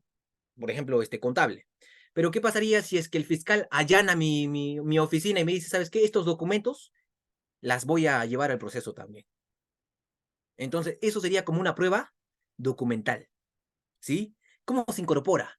Se podrá incorporar al proceso todo documento que pueda servir como medio de prueba, ¿sí? Como medio de prueba. Quien lo tenga en su poder está obligado a presentarlo, exhibirlo o permitir su conocimiento, obviamente salvo dispensa, prohibición legal o necesidad de previa orden judicial, claro está. El fiscal, durante la etapa de la investigación preparatoria, podrá solicitar directamente al tenedor del documento, ya en términos cristianos, al que tiene, el que porta el documento, el que tiene el documento, su presentación o exhibición voluntaria. Y en caso de que este sujeto se niegue, solicitará al juez la orden de incautación correspondiente. Es por ello, ¿no? Que vemos en los medios de comunicación, en las noticias, el señor fiscal Domingo Pérez incauta en el partido político, en el local del partido político X. ¿Cierto? Está incautando. ¿Para qué? Para obtener cierta documentación. ¿Cierto? Pero antes de poder dirigirse, incautar, obviamente, puso de conocimiento, por favor, voluntariamente, ponme de conocimiento todo lo que estoy solicitándote. ¿Te niegas? Ah, señor juez, por favor, voy a incautar, ¿sí? Necesito una orden. Los documentos, ojo, los documentos que contengan ciertas declaraciones anónimas no podrán ser llevados al proceso, ni utilizados en modo alguno, salvo que constituyan el cuerpo del delito o provengan del imputado. Ahí sí. Ahora, hay clases de documentos. Hay clases de documentos. Son documentos, los manuscritos, impresos, fotocopias, fax, disquetes, películas, fotografías, radiografías, representaciones gráficas, dibujos, grabaciones. Eso es documento. No solamente, ojo, agarra una hojita y dice, ¿sabes qué? Acá unas letras. No, eso también es documento, pero no solamente ello es documento. Incluso la fotografía podría ser como un medio de prueba, como documento. ¿Sí? Las grabaciones, documento. ¿Sí? Bien. En ese sentido debemos tener en consideración el aspecto de los documentos. La carga de la prueba. Bien, pasamos a qué es la carga de la prueba, doctores. ¿Qué se comprende o qué debe comprenderse por la carga de la prueba? Ah, no, doctor, la carga de la prueba es cuando el fiscal, el juez tienen demasiada carga. Doctores, miren, a ver, el concepto de lo que es la carga de la prueba es la obligación que tiene el acusador, es la obligación que tiene el demandante de probar sus afirmaciones. En una demanda o en una denuncia, sea oral, sea escrita, quien es denunciado no tiene nada que probar. Lógicamente, es un absurdo que quien es denunciado o demandado, ojo, escuchen bien, al que denuncian, escuchen, lógicamente, suena absurdo que quien es denunciado o quien es demandado tenga que probar no haber cometido un delito. ¿Cierto? El que acusa y no prueba, perdón, el que acusa y no prueba, acredita mala intención, se configura el delito de calumnia. ¿Cierto? La prueba es un proceso de verificación de una afirmación determinada. Por ejemplo, si se afirma que X mató a Y, una prueba de esta afirmación consistirá en verificar que fue así, que fue así. El tema de la carga de la prueba en materia penal, doctores, es un asunto que no resulta ser pacífico, en verdad, no resulta ser pacífico. Esto debido a que quizá a lo insensible del mismo, claro está. ¿Por qué? Porque, o mejor dicho, miren, mejor dicho, por lo que está detrás de este concepto, lo que es inocencia o culpabilidad, o también porque los penalistas no tenemos la estructura mental que tienen los procesalistas civiles, por ejemplo. Sin embargo, sea por defecto o por omisión, considero que es un tema que debe merecer de un pronunciamiento más cabal y directo por parte de la doctrina, obviamente, que esté autorizada. ¿Cómo es la carga de la prueba? ¿Mm? De acuerdo con la teoría subjetiva, la carga de la prueba se define como una facultad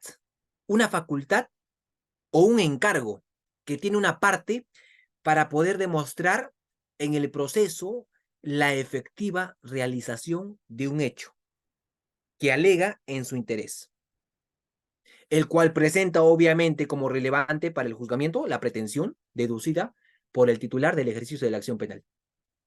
Por ello, en el proceso penal acusatorio, una vez que ocurra la denuncia o la queja, es el acusador, en primer lugar, quien tiene que probar la ocurrencia de los hechos que sostiene o declara. Es como les dije hace rato, el que, el que tiene que probar el hecho es el que afirma. Si es que el fiscal afirma una imputación, él considera que debe haber una pena. Si es que el abogado afirma que su cliente no tiene grado de responsabilidad, es inocente, entonces él es el que debe afirmar el hecho. ¿Sí? Entonces, en segundo lugar, doctores, el acusador también le compete la prueba de los elementos subjetivos del delito. Debe entonces comprobar la forma en que el acusado ha incumplido con el deber del cuidado en los delitos culposos, por ejemplo, sea imprudencia, negligencia o impericia. En tercer lugar, también compete al acusador probar que el acusado ha actuado con dolo, lo cual se presume en la mayoría de las veces, cuando está verificado que los actos practicados por el acusado son conscientes y voluntarios. Ok, gracias, gracias. Bien. Ahora, la carga de la prueba tiene que ser plena, plena, puesto que está obligada a destruir, ¿qué cosa? La presunción de la inocencia, que favorece a quién? Al acusado. Porque recordemos, el sujeto que está sometido a una investigación, el hecho que esté sometido a una investigación no lo hace culpable, no lo hace culpable. ¿Por qué? Porque prima el principio de la presunción de inocencia. ¿Cierto? Todo sujeto que está vinculado a un proceso penal, por más de que le dicten prisión preventiva, no significa que este sujeto tiene grado de responsabilidad. Este sujeto es inocente hasta que se demuestre lo contrario. ¿Cierto? Hasta que exista una sentencia que diga, ¿sabes qué? Este sujeto tiene grado de responsabilidad en el delito tal, ese sujeto es inocente. ¿Sí? En ese sentido, sin darnos cuenta, quienes legitimamos en los tribunales en materia penal, estamos dentro de una carrera probatoria. Hay que verlo así, es una carrera probatoria. Es como el aire, imposible de tocar ni ver, pero sabemos que existe. Sabemos que existe. Obviamente, apelando a esa similitud, es que tampoco no podemos percibir que a velocidad va esa actividad probatoria, ojo, ni en qué sentido exacto recorre tampoco. Pero no cabe duda que la prueba en el proceso penal, o mejor dicho, que la actividad probatoria es sumamente dinámica, volátil. Normalmente se entiende y es correcto que el titular de la carga de la prueba es el fiscal. Y esto se ve con claridad en el nuevo sistema acusatorio que estamos hoy en día. Sin embargo, ojo, sin embargo, aclaramos que la actividad probatoria no es exclusiva solamente del fiscal.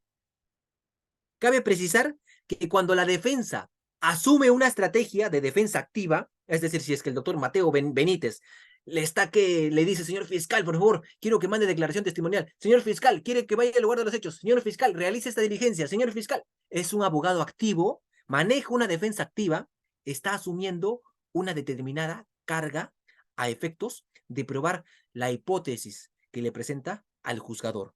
Por ejemplo, mi patrocinado se encontraba en otro lugar distinto en el momento de la comisión del delito. Se encontraba en otro lugar. Mi patrocinado me dice que es inocente y él me dice, no, yo no estaba ahí. Yo estaba en otro lugar, en la comisión del delito. Sin embargo, ello no significa que si la defensa no logra demostrar su hipótesis, automáticamente queda demostrada la culpabilidad de su patrocinado, ya que siempre va a subsistir el deber que tiene el fiscal, el cual es desvirtuar la presunción de inocencia, de la que goza ¿quién? El imputado. Y de esta forma, ¿qué cosa? Se evite que se configure el llamado, ustedes lo conocerán, el famoso indubio pro reo. El indubio pro reo. ¿Sí? Bien. En ese sentido, doctores, eso con respecto a la carga de la prueba. ¿Sí? Ahora, las pruebas personales, testigos. Pruebas, sí, pruebas personales, testigos. ¿Sí? ¿Qué se comprende? ¿Qué son testigos, doctores? Claramente se comprende, ¿no? Es fácil de comprender. Testigos. ¿Qué se les viene a la cabeza qué se les viene a la cabeza cuando decimos testigos? ¿Ah? ¿Mm? Ojo, doctora Fabiana, el hecho implica en que si es que esto implica una ordenación moral imperativa en el hecho de poder considerar a un testigo referente o a un testigo directo. ¿Sí? Una prueba documental se aboca a algo más material, algo como dije en ejemplos, documentos, grabaciones, anexos, fax. Doctores, a ver, continuamos. En el aspecto de los testigos, brindan testimonios, son pruebas personales, ¿cierto? Los testigos brindan testimonios. Testimonios, testimonio es la declaración de una persona física, ¿sí? Es la declaración de una persona física. Obviamente que es recibida en el curso del derecho, perdón, en el curso del proceso, acerca de lo que puede conocer, ¿cierto? Ahora, hay tipos de testigos, ¿cierto? Hay tipos de testigos. Por ejemplo, si el doctor Alejandro Epimaco el doctor Alejandro Epimaco está en el lugar de los hechos y ve que le está robando a una señorita, entonces él es un testigo directo, porque él ha percibido de sus sentidos, él ha visto, él ha observado cuándo le han robado a la señorita. Entonces él es un testigo directo. Pero si es que el doctor Félix Ismael llega al lugar de los hechos y dice, oye, ¿sabes qué ha pasado? ¿Ah? ¿Por qué? ¿Por qué todo el mundo está mirando para allá? Ah, no, es que aparentemente le han robado a esa señorita. Ah, ese es un testigo referencial. ¿Por qué? Porque no sabe qué ha ocurrido, pero a él le han contado por el chisme, ¿cierto? No sabe de manera directa lo que ha sucedido, ¿cierto? Entonces, lo que normalmente debemos tener en consideración, la esencia propia del derecho, no es la desvirtud, sino el testimonio de una persona directa. El testimonio, lo vuelvo a repetir, es la declaración de una persona física acerca de lo que pudo conocer por percepción de qué, de sus sentidos, sobre los hechos investigados, con el propósito de qué, de poder contribuir la reconstrucción conceptual de qué, de estos. Toda persona, ojo, es en principio hábil para prestar testimonio. Toda persona puede rendir su declaración testimonial, excepto el inhábil, por razones naturales o incluso el impedido por ley. Esas personas obviamente no van a poder rendir su declaración testimonial, pero el resto sí. La valoración de las declaraciones se realiza por el juez, que ha presenciado de manera directa y personalmente tales declaraciones, viendo, oyendo a cada uno de los testigos comparecidos ante su presencia. Deben ser valoradas las circunstancias personales y las características de cada testigo, así como la manera de expresarse y cómo narra los hechos, cómo lo presenció, y también si sus manifestaciones son verosímiles, ¿sí? Ahora, ¿cuáles son las obligaciones que tiene el testigo, doctores? Las obligaciones del testigo. ¿Mm? Ahí está. Las obligaciones, perdón, no veo muy bien. Las obligaciones del testigo, la abstención para rendir testimonio y la citación y conducción compulsiva. ¿Mm? ¿Cuándo se da esto? ¿Cuáles son las obligaciones que tiene el testigo? ¿Cuándo no puedo declarar? ¿Y cuándo me citan y no voy y me dan una conducción compulsiva? ¿Mm? Empecemos por el primero. Las obligaciones del testigo, ¿sí? A ver, es regla general que toda persona citada como testigo tiene el deber de concurrir. Si yo como fiscal le cito a la doctora Susana que vaya a rendir a su declaración testimonial para mañana a las 9 de la mañana en el Ministerio Público, tiene que ir. Tiene el deber, tiene la obligación de poder rendir su declaración testimonial mañana en el Ministerio Público, salvo las excepciones legales correspondientes y de responder con la verdad, ojo, a las preguntas que el fiscal le haga, que se le hagan ahí. De allí que la comparecencia del testigo constituirá siempre suficiente justificación cuando su presencia fuera requerida simultáneamente para dar cumplimiento a obligaciones laborales, educativas o de otra naturaleza, y no le ocasionaré pues ciertas consecuencias jurídicas adversas.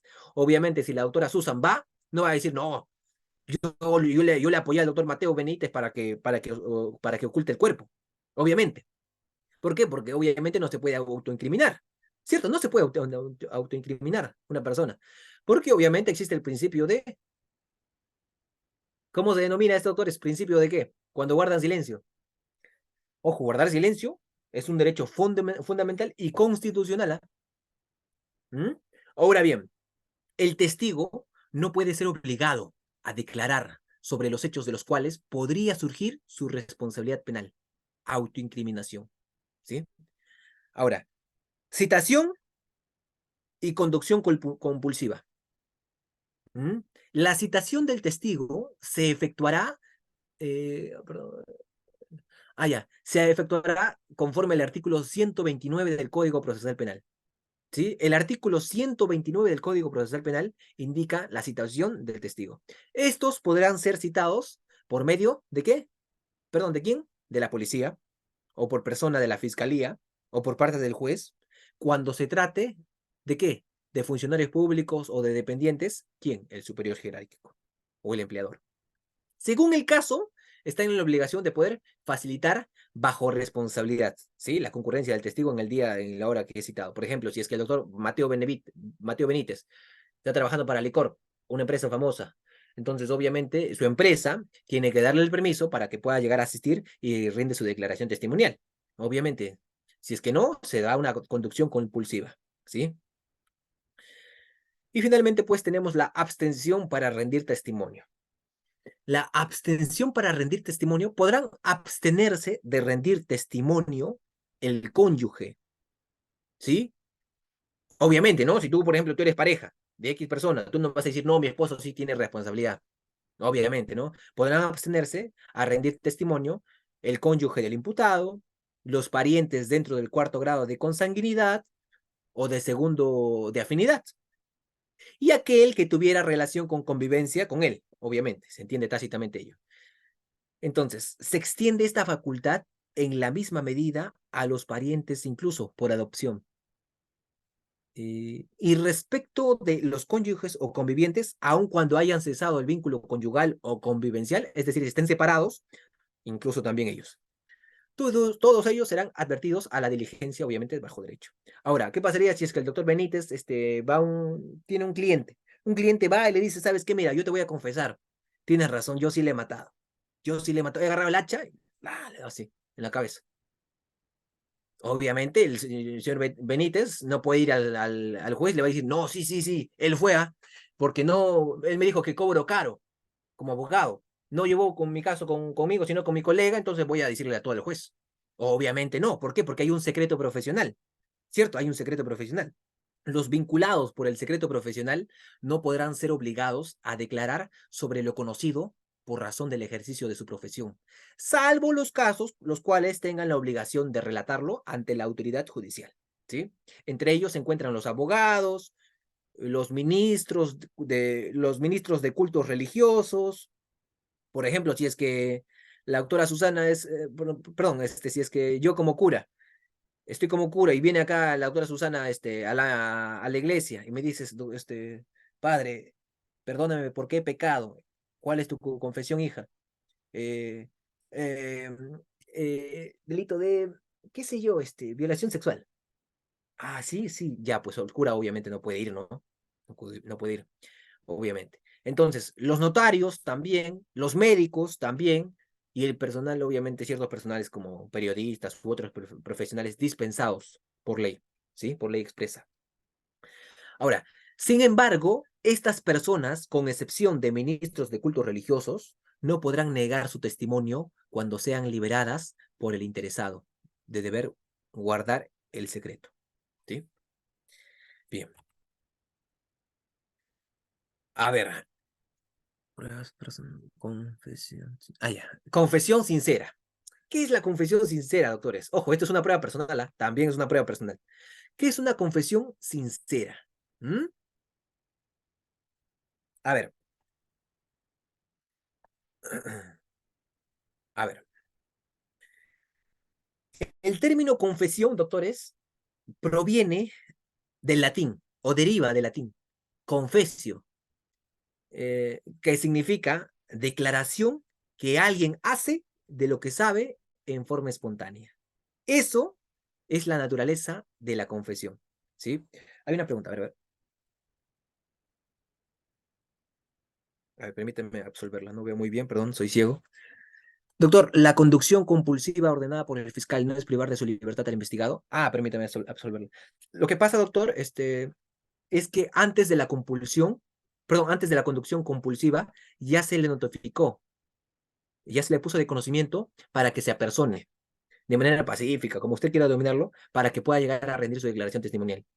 Ahora, todos tienen la obligación de poder prestar su declaración. Si es que él no sabe nada, entonces tiene la obligación de ir al Ministerio Público y decir, ¿sabes qué? Yo no sé nada, pero me vas al Ministerio Público a rendir tu declaración testimonial, sepas o no, tengas de conocimiento o no. Ahora, hay ciertos casos excepcionales donde estás exento de poder de rendir tu declaración testimonial, y lo hemos manifestado. Ahora, el hecho de que se pueda llegar a privar de su libertad al investigado de manera compulsiva, sí, pero es una facultad que tiene el fiscal para poder conseguir ese material investigativo a toda costa de que está en la búsqueda de la verdad. ¿Sí? Tener en consideración ese aspecto. Ahora, continuamos con la confesión sincera. ¿Sí? Como dije, esto proviene del latín. ¿Sí? Proviene del latín. La confesión sincera proviene del latín, que significa Ojo, la declaración que alguien hace de forma espontánea. La confesión es el reconocimiento del imputado, ¿sí? Como dice en la diapositiva. Formulado, libre, voluntario, ante la autoridad judicial, bueno, lo tienen en la diapositiva. La confesión puede ser lo común, perdón, la común o a la sincera. Cada uno tiene sus propias cualidades y características. La confesión simple, para ser tal, debe consistir en la admisión de los cargos o imputación formulada en su contra por el imputado. Ahora bien, solo tendrá valor probatorio cuando, uno, esté debidamente corroborada por otro u otros elementos de convicción. Dos, sea prestada libremente y en estado de norma de las facultades psíquicas. Tres, sea presentada ante el juez o el fiscal en su presencia de su abogado. ¿Qué pasaría? Y hay casos hipotéticos, ¿no? Hay casos, siempre hay casos, ¿ah? Salen en la televisión incluso. Capturan a Luis Paredes Tejada en flagrancia delictiva. Lo acaban de encontrar, lo acaban de intervenir, lo acaban de detener, robando un celular. Ah, lo que pasa es que... Y el policía todavía lo graba, me da una cachetada. Dime, ¿has sido tú o no? Sí, he sido yo. ¿Cómo somos los ternas? Pucha, los ternas son... ¿Cierto? Claro, entonces, en ese sentido, doctores, y todavía le graban con su celular. Le graban con su celular. ¿Has sido tú o no? Confiesa, confiesa, dime que tú has sido tú. Le graban. Doctores, esa prueba no es válida. ¿Cierto? No es válida, obviamente. Debemos tener en consideración ese aspecto, porque se están transgrediendo, se están vulnerando, se están violando ciertos derechos. Uno no está, se transgrede, otro que no está su abogado, otro que no está el fiscal. ¿Cierto? Claro, obviamente. Entonces debemos tener en consideración y tener en consideración, ojo, bien claro, en el valor probatorio. ¿Sí? Si la confesión, ojo, si la confesión adicionalmente es sincera y espontánea, salvo los supuestos de flagrancia y de relevancia de la admisión de los cargos en atención a los elementos probatorios incorporados en el proceso, el juez, especificando los motivos que le hacen necesaria, podrá disminuir prudencialmente la pena hasta una tercera parte, por debajo del mínimo, claro está, del mínimo legal. Ahora, la jurisprudencia en este tema es abundante, hay bastante jurisprudencia. Señala que se entiende por confesión la declaración que en contra de sí hace el imputado, reconociéndose culpable del delito y demás circunstancias. En rigor, la confesión sincera importa la admisión del imputado de haber cometido una conducta penalmente típica, ¿sí? Aun cuando contenga alegaciones encaminadas a atenuar o excluir la pena, obviamente, muy al margen de ello. Y para ello les traigo el famoso recurso de nulidad. Revisen el recurso de nulidad 3421-2004 Lima. ¿Sí? Bien, a ver, pasamos. La prueba pericial. ¿Mm? ¿Qué es la prueba pericial, doctores? Pregunta para empezar. ¿Quién puede ser perito? Doctores, ¿quién es perito? ¿Mm? ¿Quién puede ser perito, doctores? Los leo.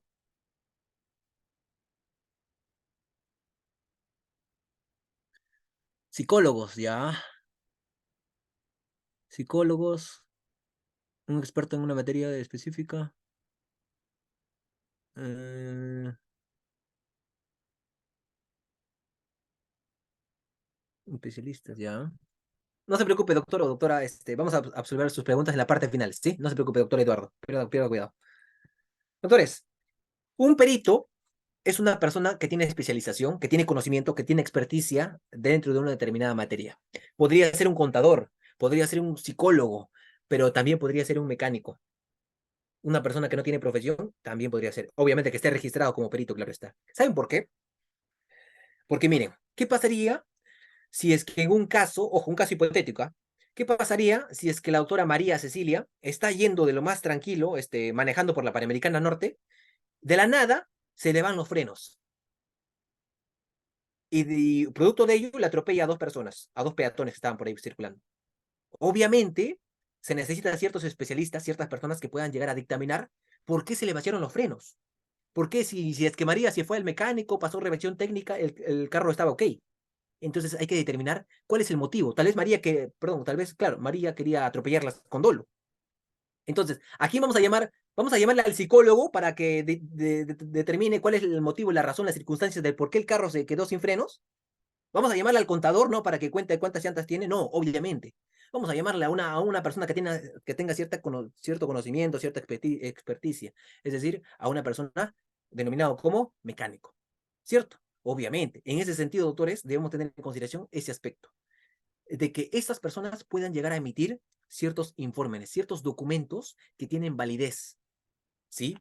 Ahora, la prueba pericial, doctores, la finalidad de las pruebas de peritos, la finalidad de la prueba de peritos consiste en acreditar los hechos que fundamentan las pretensiones de las partes en el proceso.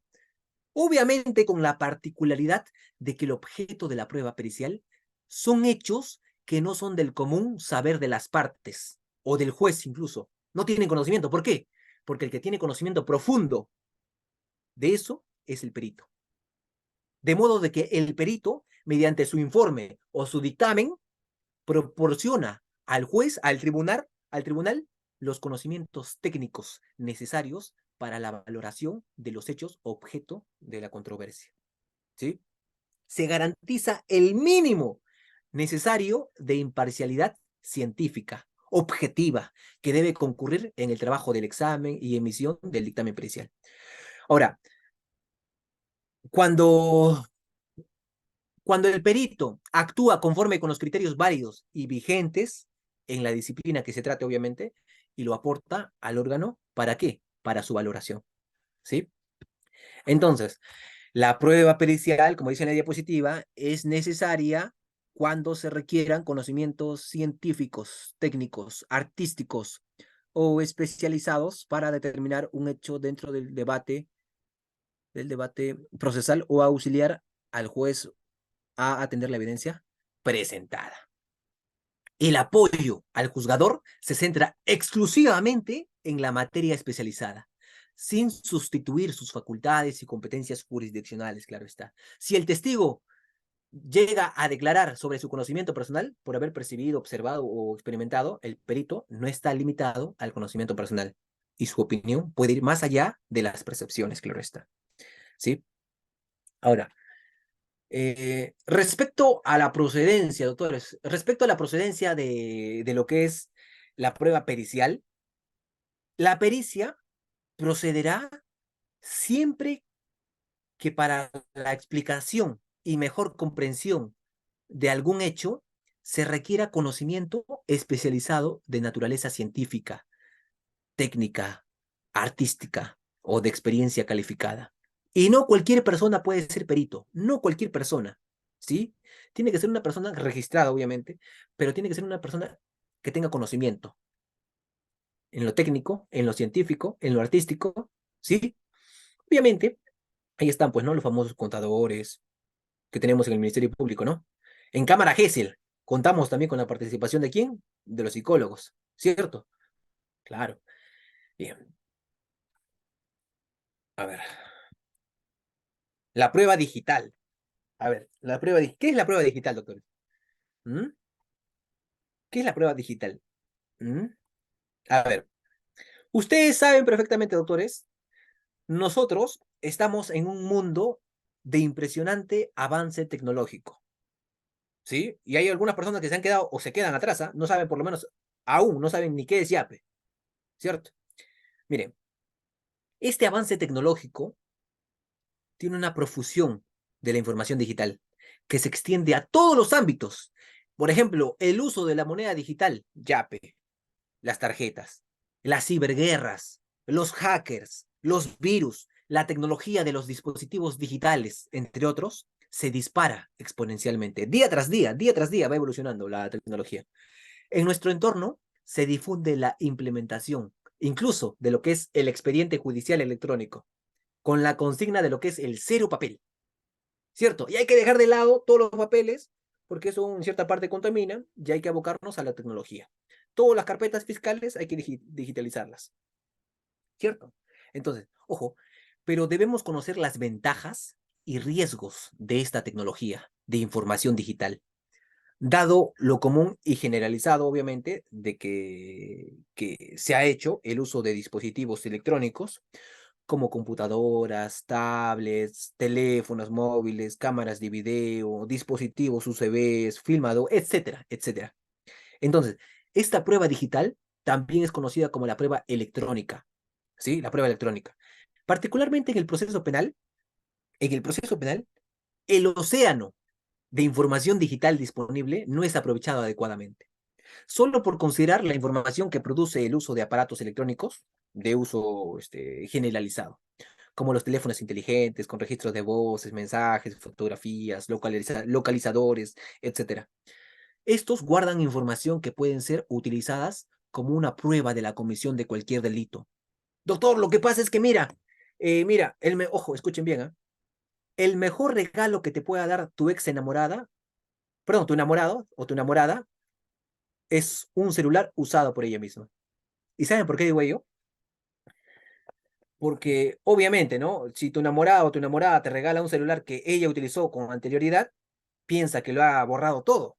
No, le he sacado mi cuenta Gmail, ya no vas a ver mis fotos, le he borrado todos mis videos, mis fotos, todo. Toma, ahí está, lo he utilizado, pero por 2 años nomás. Te lo estoy dando. Es el mejor regalo que tú puedes tener. ¿Saben por qué? Porque, doctores, toda la información se puede recuperar. Absolutamente toda la información se puede recuperar. Mensajes, fotos, videos, todo, absolutamente todo. Todo. Es por ello que no, también en el momento de que roban celulares, ojo, ven ciertos aspectos. Por eso, esto de la prueba digital es muy peligroso. Tiene sus ventajas y sus desventajas. Esta información tiene que ser obtenida y producida con la aplicación de los conceptos de derecho probatorio. Todo el mundo porta un teléfono. Todo el mundo porta un teléfono móvil. Los niños, los adolescentes, los adultos mayores, todos están conectados gran parte del tiempo vital a un teléfono. Todos, ¿ah? En este momento yo estoy conectado a mi laptop. En este momento, ¿sí? Todos están conectados, gran parte, en un dispositivo móvil, donde se almacena información, voluntaria o involuntariamente, con registro de mensajes de texto, mensajes de voz, fotos, etcétera. Y eso sirve para poder probar en el proceso penal. Sirve y es elemental. Esta información digital tiene que ser incorporada al proceso a través de un medio probatorio. ¿Sí? Pregunta, doctor, miren, a ver, voy a preguntar más adelante. El procedimiento probatorio con regulación procesal. Obviamente, doctores. eh, a ver, pregunta, doctores. La prueba digital, escuchen, ¿eh? Y esto puede venir en un examen más adelante. La prueba digital, ¿en qué medio de prueba puede ser incorporado? ¿Testimonial, documental, pericial o material? Ahí está. ¿Mm?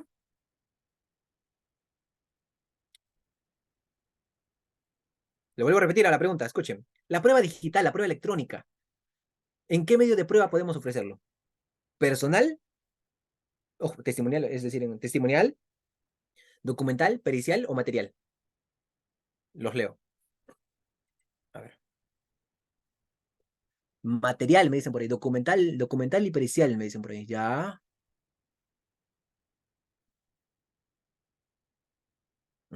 Material, documental, pericial, me dicen otros. Ya. Doctores, artículo 185 del Código Procesal Penal. Así se encuentra regulado en el artículo 185 del Código Procesal Penal, que considera como documentos a los manuscritos, impresos, fotocopias, disquetes, películas, fotografías, fax, gráficos, dibujos, grabaciones y medios que contienen registros de sucesos, imágenes, voces y otros similares. Por tanto, la información digital almacenada en sus teléfonos, en sus computadoras, en sus tablets, qué sé yo, donde ustedes me estén viendo, es considerada como una prueba documental. ¿Sí? Documental. Artículo 185 del Código Procesal Penal. Ahora bien, con respecto a su valoración, doctores, a su valoración, a ver, con respecto a lo que es su valoración, el principio de autenticación es central en la prueba digital. ¿Por qué? Porque no es... ¿Por qué? Porque miren,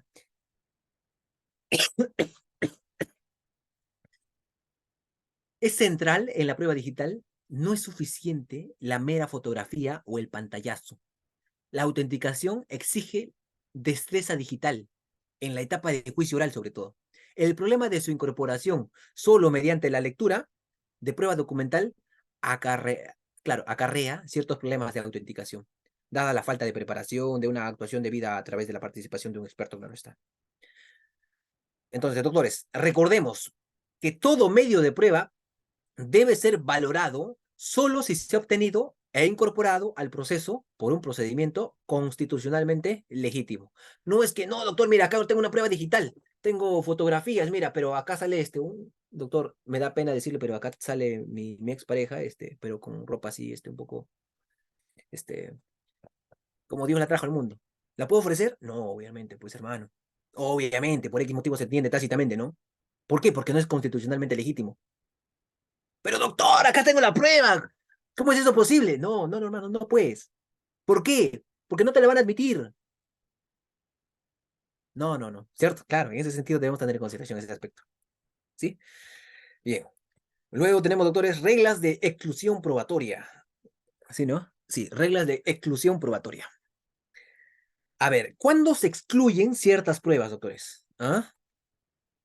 Pues usted me dirán, doctor, cuando no cumple con la pertinencia, la utilidad, la conducencia, la licitud, todo ello. ¿Cierto? Doctores, miren, hay que diferenciar dos cositas. Prueba ilícita y prueba irregular. ¿Cuál es la diferencia entre una prueba ilícita y una prueba irregular?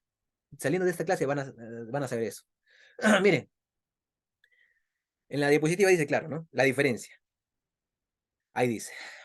Por prueba ilícita debe entenderse aquella prueba obtenida y o practicada con vulneración de derechos fundamentales. Es decir, prueba ilícita vulnera, transgrede ciertos derechos fundamentales. Por otro lado, la prueba irregular sería aquella obtenida o practicada por infracción de la normativa, que regula el procedimiento probatorio, pero sin afectación de los derechos fundamentales. Entonces, la anterior diferenciación conceptual tiene una enorme repercusión, pues la regla de la exclusión probatoria y el reconocimiento de su eficacia refleja que se expone ojo, más adelante, se debe predicar con exclusividad de la denominada prueba ilícita, mientras que la prueba irregular quedaría sometida al régimen de la nulidad de los actos procesales, admitiéndose en determinados casos, obviamente, por subsanación o por convalidación. Pregunta, doctores, ¿es posible que existan pruebas ilícitas? ¿Sí o no? ¿Es posible que en un proceso penal existan pruebas ilícitas? ¿Sí o no? Claro, obviamente. Lo vuelvo a repetir, el juez es de carne y hueso, ¿sí?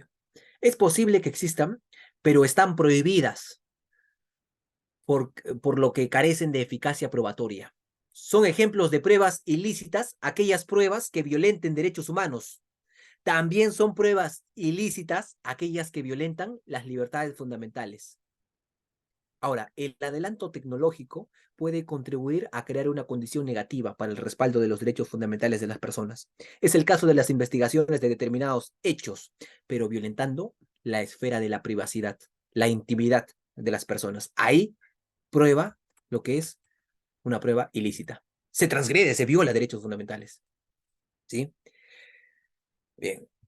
Ahora, en caso de que se recepcionen, doctores, en caso de que existan pruebas ilícitas dentro del proceso, corresponde al funcionario judicial considerar como tales, reconocerlas como pruebas ilícitas y por lo tanto corresponde estimarlas como ineficaces, lo cual que significa que no sirven para fundamentar las decisiones judiciales. ¿Sí? Bien.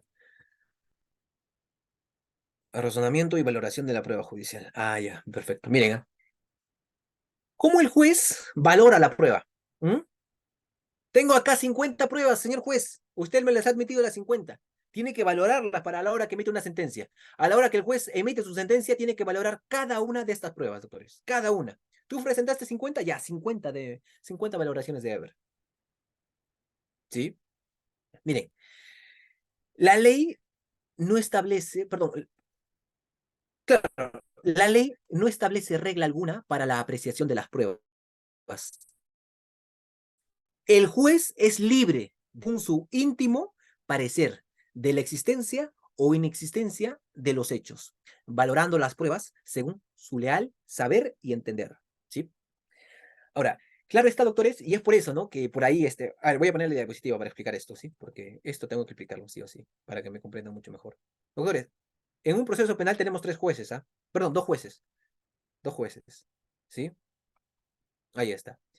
La investigación preparatoria la dirige ¿quién? El fiscal.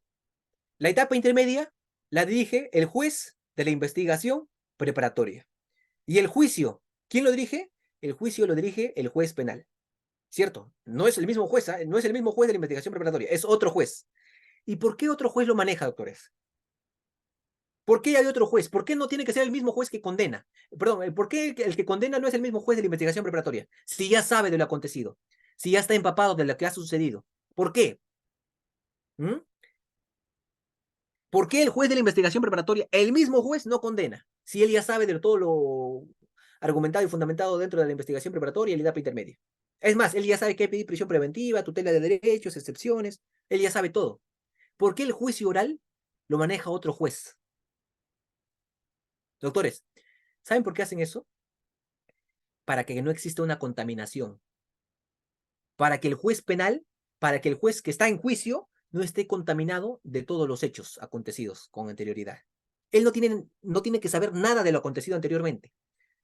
Él no sabe si es que hay tutelas, no sabe si es que hay prisiones preventivas, si es que hay medidas coercitivas, allanamientos, embargos, no sabe nada. Llega el caso y recién escucha las partes por la no contaminación, ¿sí? Por la no contaminación. Puede permitir, por medio de la oralidad, el fundamentar, argumentar el por qué debería culpar a una persona por parte del fiscal y absolver a otra persona por parte de la defensa técnica, ¿sí? Entonces, en ese sentido debemos tener en consideración.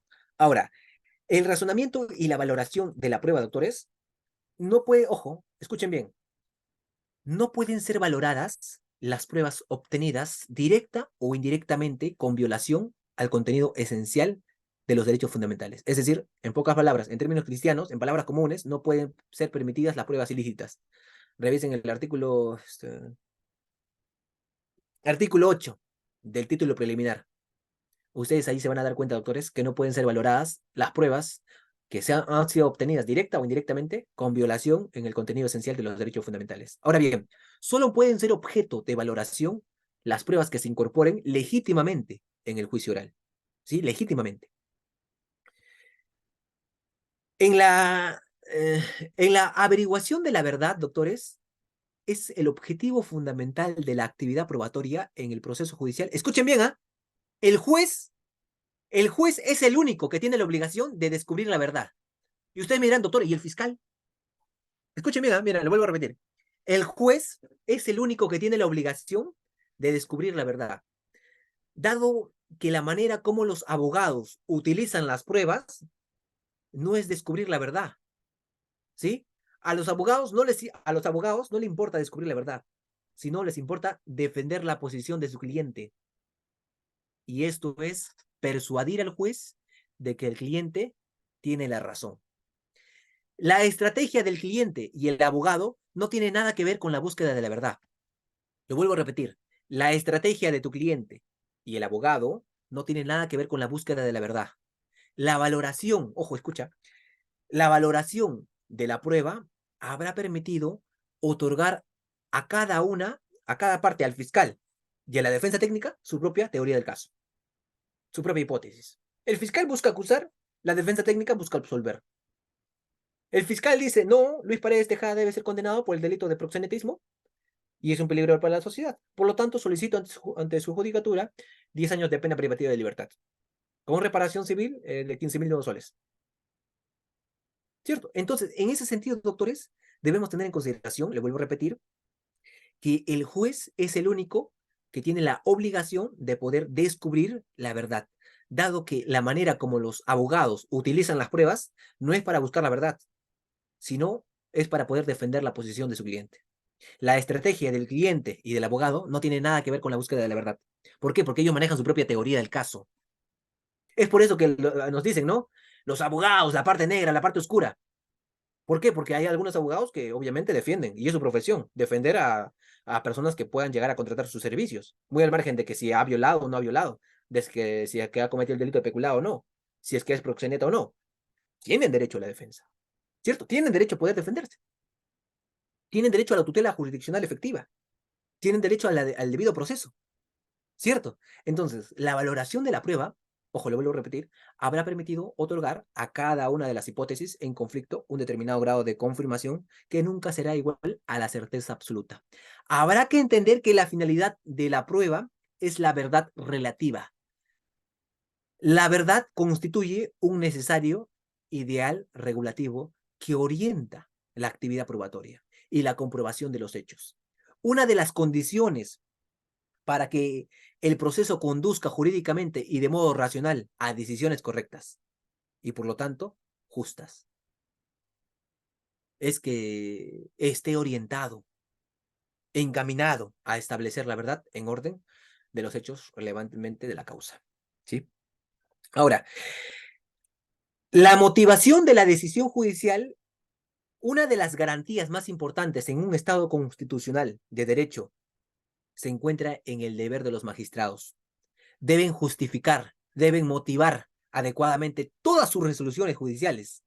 El órgano jurisdiccional debe explicar los motivos, las razones, por qué absuelve, por qué condena al acusado, por qué le pone una indemnización por concepto de reparación y no de otro monto más bajo o más alto. ¿Cómo es que el juez determina la pena? Oye, ¿sabes qué? A ti te voy a poner 15, a ti 10 años. Oye, ¿por qué? Si él ha cometido el delito de violación sexual y yo también, ¿por qué a él 10 y a mí 15?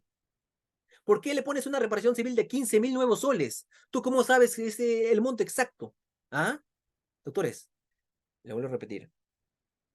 El órgano jurisdiccional, el juez, debe explicar los motivos, debe explicar las razones por qué absuelve, por qué condena al acusado y por qué le pone una indemnización por concepto de reparación y no otro monto más bajo o más alto.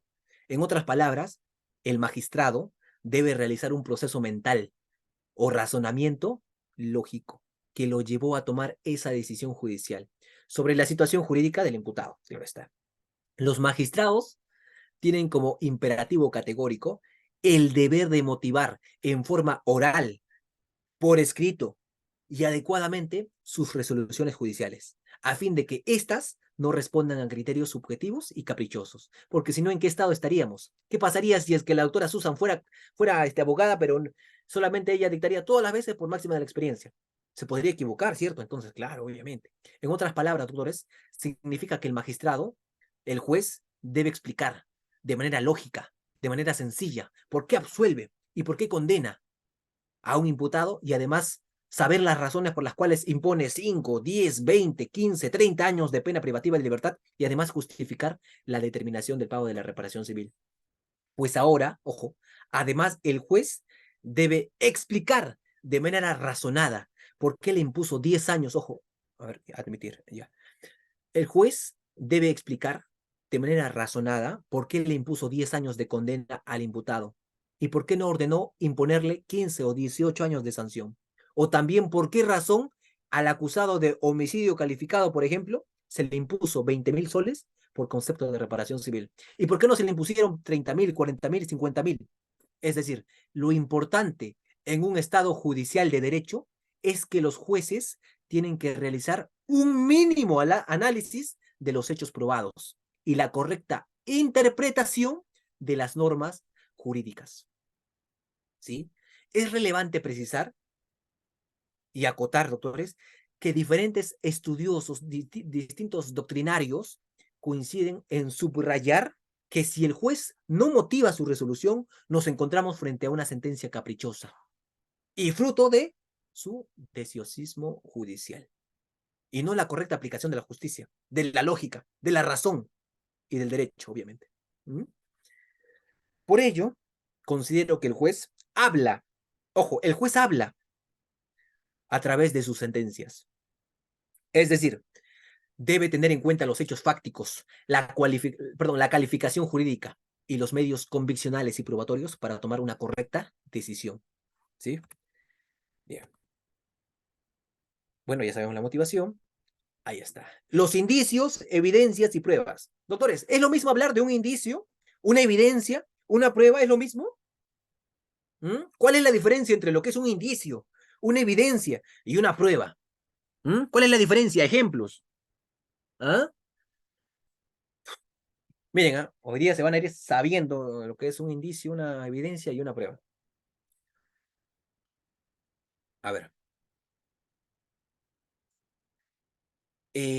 Los indicios, las evidencias y las pruebas son conceptos propios, son diferentes. Los tres conceptos guardan una relación muy importante entre sí, pero no deben entenderse como sinónimos, porque no lo son. ¿Sí? Para empezar, ojo. En un proceso penal, en un proceso jurídico, se identifica la relevancia de estos y cómo puede ir cambiando su condición. Es decir, primero evidencia, después quizá por ahí pasa a lo que ser, perdón, primero es una evidencia, después pasa una, perdón, primero un indicio, después pasa a ser una evidencia, después pasa a ser una prueba. Miren, empecemos uno por uno. ¿Qué son los indicios, doctores? ¿Qué son los indicios?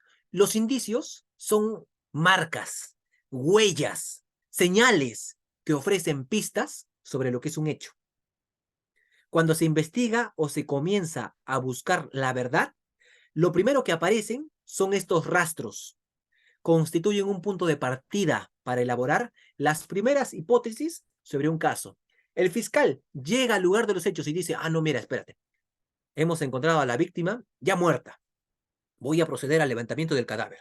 Pero antes de levantar el cadáver, voy a ver cuál es mi hipótesis, cuál es mi teoría del caso. Tal vez el que le atropelló se le vaciaron los frenos, o tal vez el que le atropelló lo hizo dolosamente. Entonces voy a ver, voy a armar mi teoría del caso. Hay ciertos indicios, hay ciertas marcas, hay ciertas huellas, hay ciertas señales sobre este hecho. ¿Me dejo entender? O sea, no son suficientes, estos indicios, doctores, no son suficientes para aseverar la existencia de la comisión de un delito, ni de las circunstancias en que se dio.